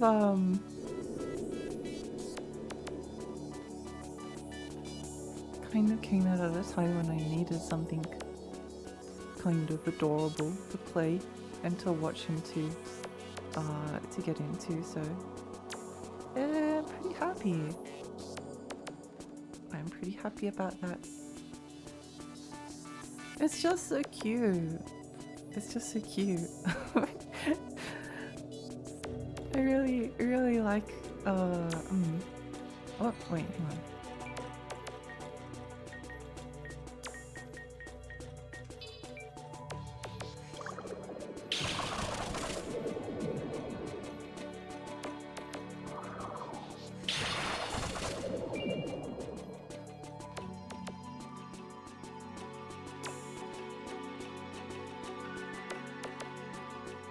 Here we go. What hasn't acquired? Yo! Let's go. Let's go. I think I'm getting a little bit sleepy. I'm getting a little bit sleepy, so maybe we'll think about ending soon. I think the most important thing was that I was able to stream at all. Very happy that even though we barely did anything in terms of actually like progressing. Kind of funny, but you know.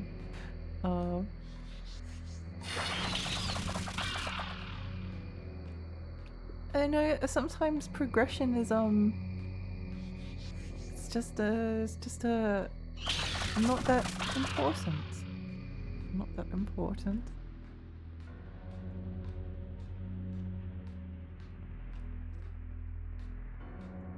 Ah, heck. Oh, okay. I was hoping to find the save point, but I guess we'll go into this area. Maybe there'll be a save point nearby. Maybe there'll be a save point nearby. Okay.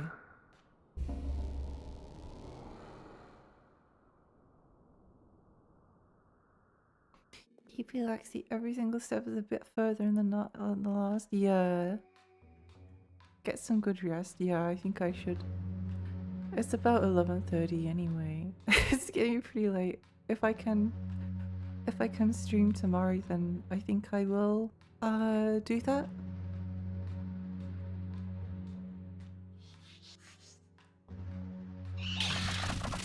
If I can. We'll just play it by ear for now.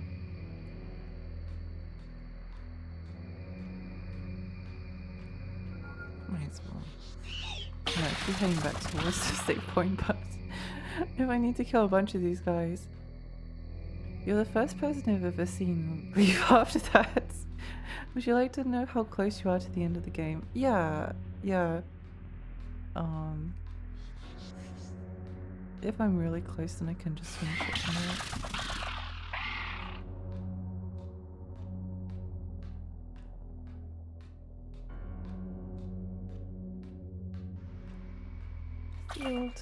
Fiddlehead. That's the final boss in there was told you to leave. Oh, okay, well. If that's the final boss then, holy moly, that's a lot of experience.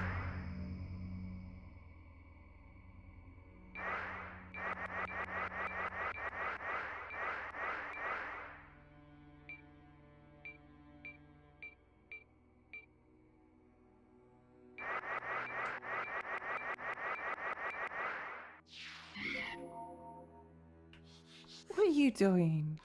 Get back here. Posture check, thank you.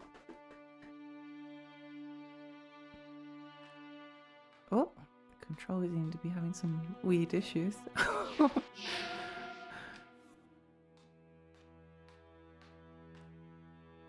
Okay, yeah, let's see,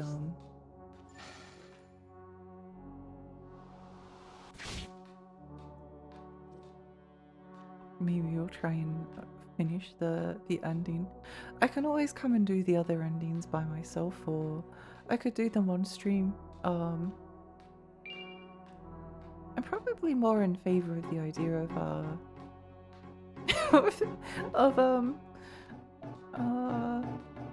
of playing a new game tomorrow, next time, or whenever it is.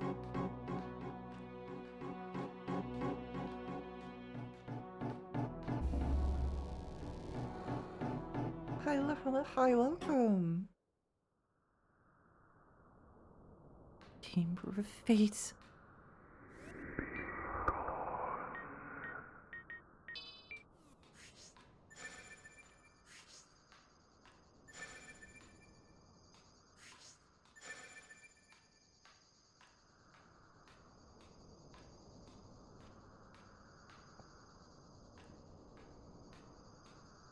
It's not too much work to get endings AC, but ending E takes a lot of effort.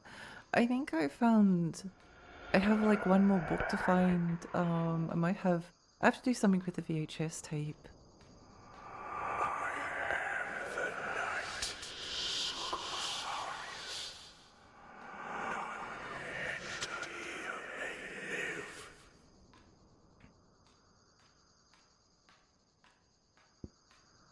And whatever spells left I have. I can't let you interfere with this battle. Glorious violence shall be mine.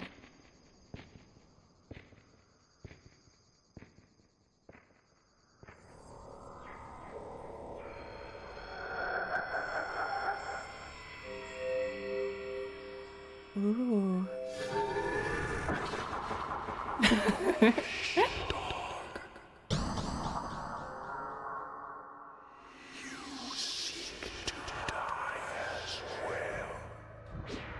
Whoa. I love that you just flung the body.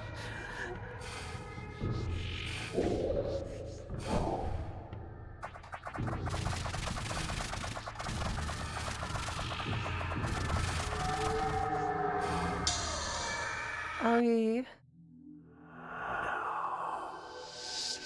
You're probably missing Summon Snail, Summon Kandama, and Tornado. Those are all random drops. I think I have Summon Snail, Summon Kodama. I'm pretty sure. I'm not sure about Tornado.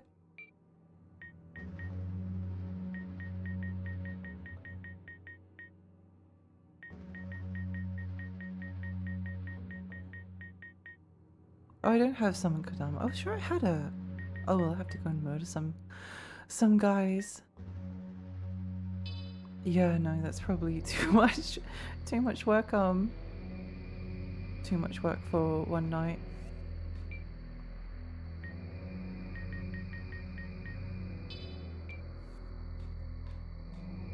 He got his violence. He did. He did. Stay hydrated. Thank you. Tornado drops from flying manta rays in the labyrinth of ash. Oh, okay. That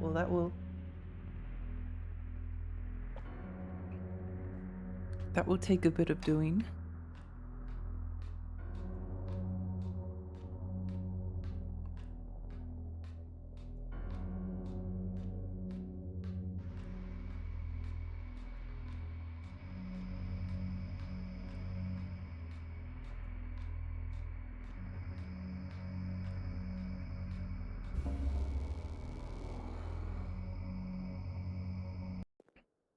That will take a bit of doing.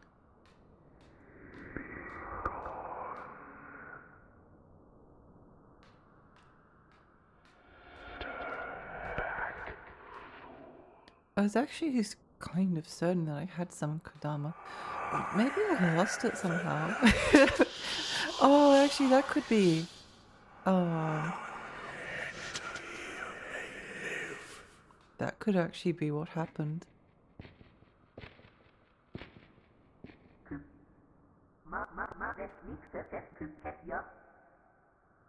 Spooky sounding ass. He does. He's got a very spooky voice.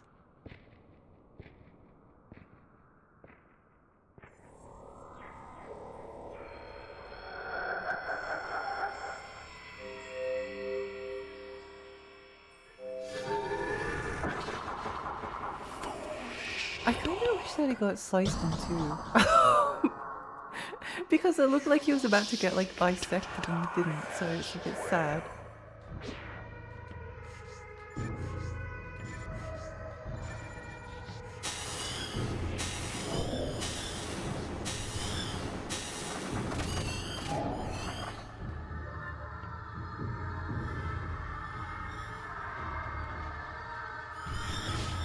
Wait, hang on, guy.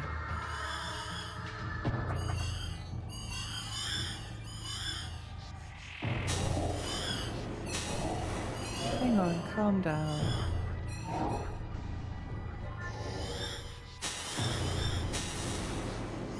They seem to be taking more damage to the...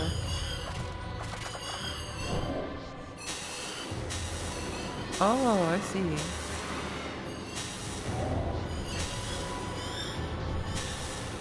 Nice detail that the skull gets more worn away over time.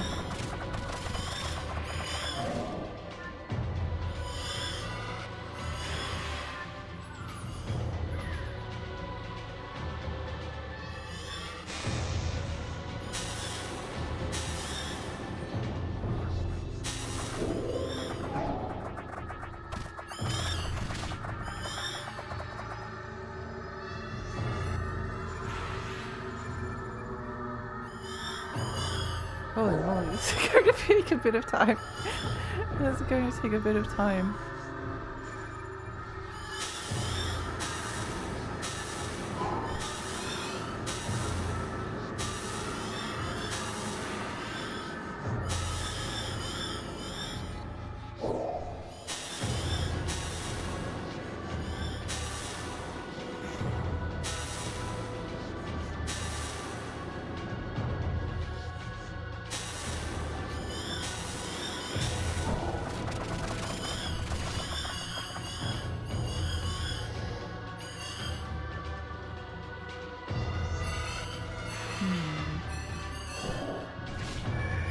Let's try some different spells out.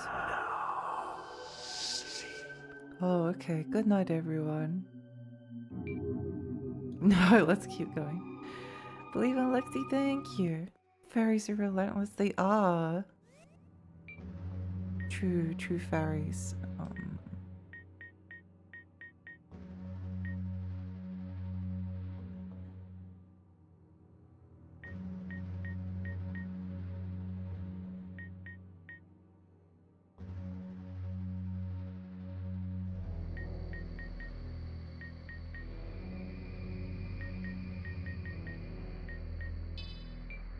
Let's try this out. Believe in Lexi, thank you. Oh, good night, ghosty. Sweet dreams. Sweet dreams.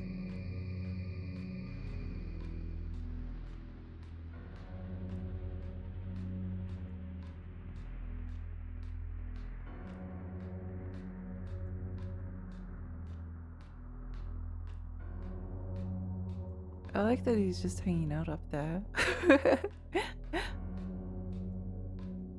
I like that he's hanging out up there. I have a different strategy if this doesn't work. But we'll see. We'll see. We'll see. We'll see.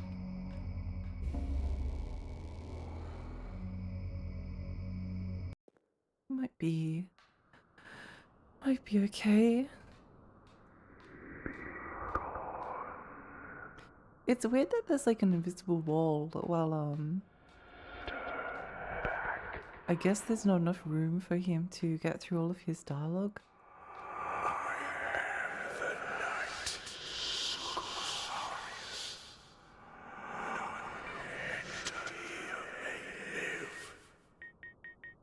Earth elixir. I think we found like some. Yes. Here we go. Okay, let's see how this goes. Definitely want to let him finish each line before letting you pass. The night sus scariest.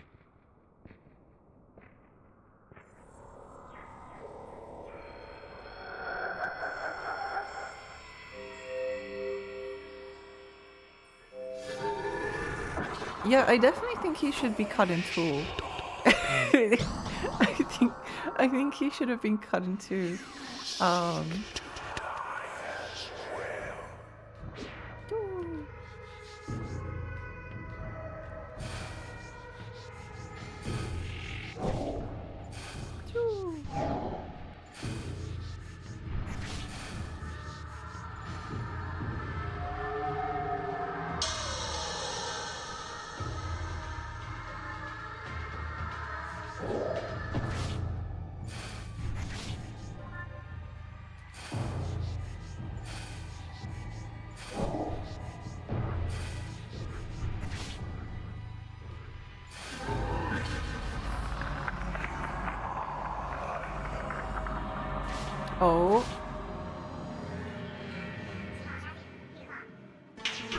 Oh my gosh!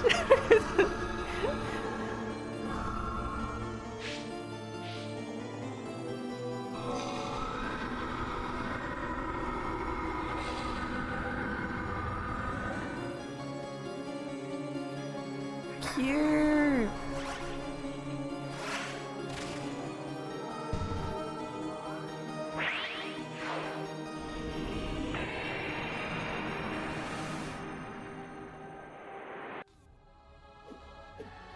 Oh! Demi! Yippee!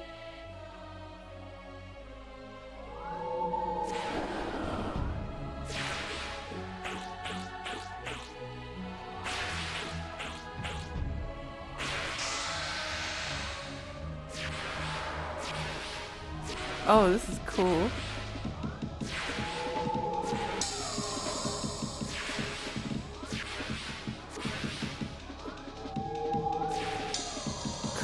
Cool.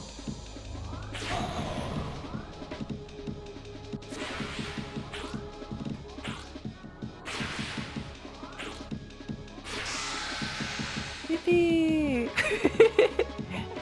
Cute!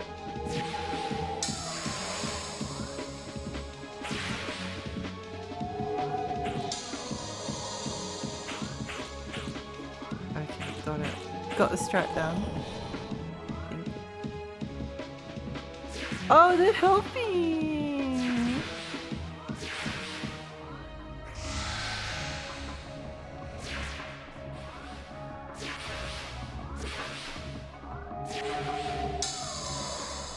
What do you mean you'll take care of those? Oh, I see.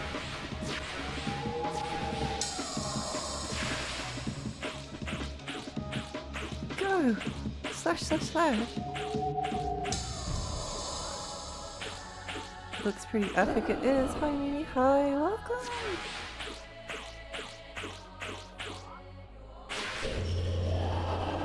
Very epic boss fight. How are you? How have you been? Oh, yay! Yay! Damn cute. Hey, Lexi. You made it. One chamber's all that's left. Maybe it's finally time to wake it up. I'll meet you there when you're ready. Calamus is already waiting there. See ya. Phew, I'm beat.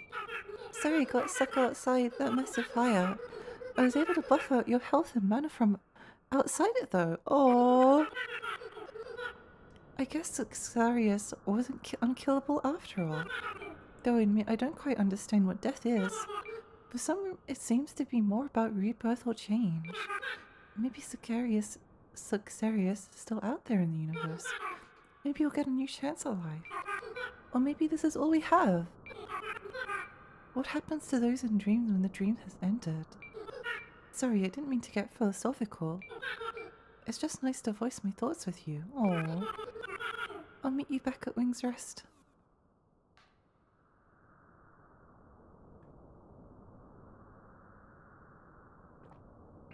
You get to keep Clive's sword. Oh! Hang on. Oh, Lucid Blade. Ooh. Cool.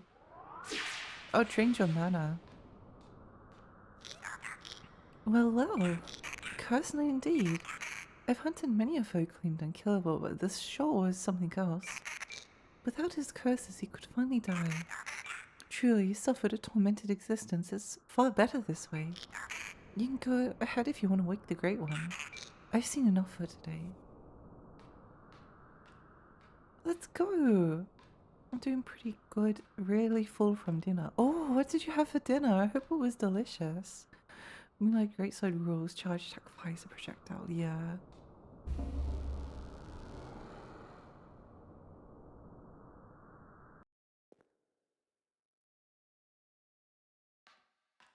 Grieve with the sleeper.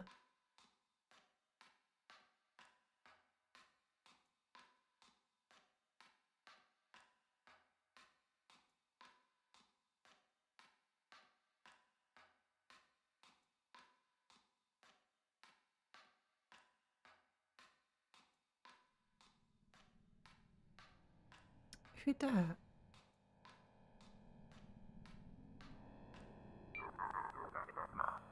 Welcome to the end, Lexi. The Great One is right down there, deathly sleepy on the same shore it was born on.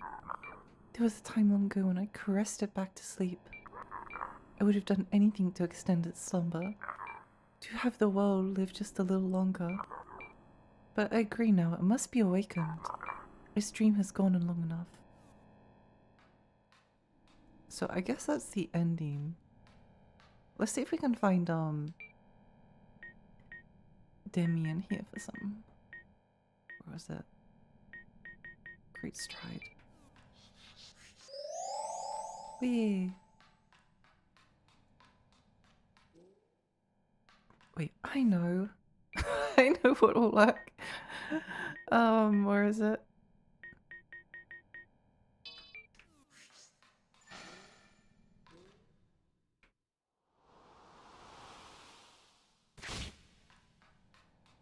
Gotta get up and make pancakes. I've been craving them all week, but lazy of bed coffee. Alex, I hope your pancakes are delicious. I hope they're delicious. I hope you really enjoy them. Oh, there's Demi! How did I miss her? How did I miss her? Fun fact, if you visit Wing's Rest on a full moon, you'll see the same crown Calamus is wearing over Clive's head. Oh, that's cool. Oh, hey. It's down there on the shore. I'm not sure what will happen when it wakes up. All I know is that the great well and the era created by it will all be brought to an end. There's no going back once it's awake. At least not as this world is now. But sometimes the end is just a new beginning.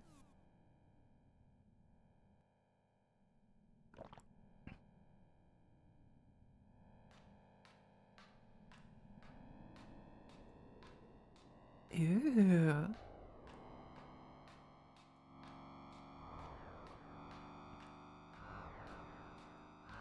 Whoa.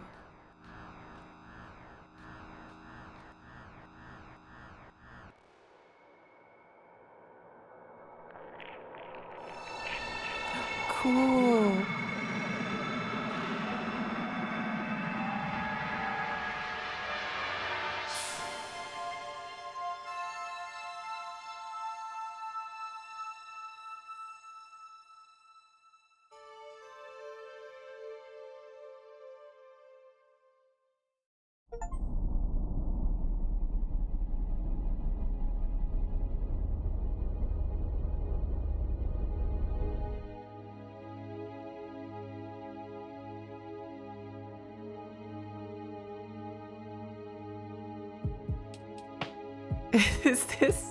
Is this, oh, this is real life footage.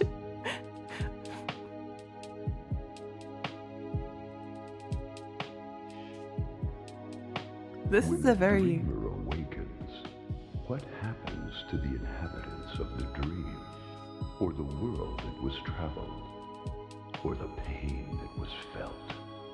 The experience will linger sometimes, and the dreamer will remember. Some aspects of the dream will travel the veil and live with the dreamer in the waking world. There are no credits here, because this isn't the end. Newest of the fallen, take up your sword and fight.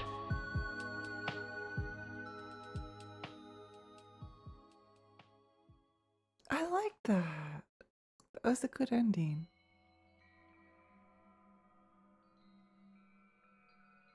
Realistic graphics. Oh my gosh, the ray tracing. Did you see? Did you guys see the ray tracing? Isn't this just like Shadow Tower Abyss? It's extremely Shadow Tower Abyss. That was a very Shadow Tower Abyss ending. Well, that's Lunacid. That's Lunacid. Thank you so much, everyone. I really enjoyed that. That was really fun. That was really enjoyable. Very, very enjoyable. It's a very good ending. Probably the best you can get ending CD right now if you like. I think I'll do what they said and go back to sleep. Congrats to Lexi. Thank you. Thank you, thank you. Every other ending is more eh. Oh really? Okay. Well yeah, that was Lunacid. I'm really glad I got to play it. I'm really grateful. Thank you so much everyone for coming. It was a really fun time. Wait, hang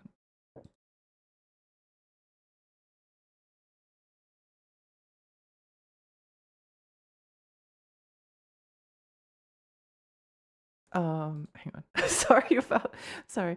Let me try and find someone to raid into. If I can. Hmm.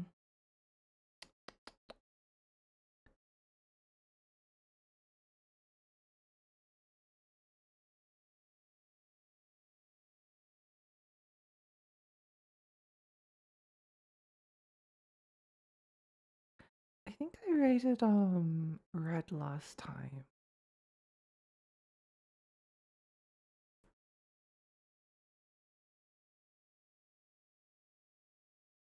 They're probably finishing. Oh,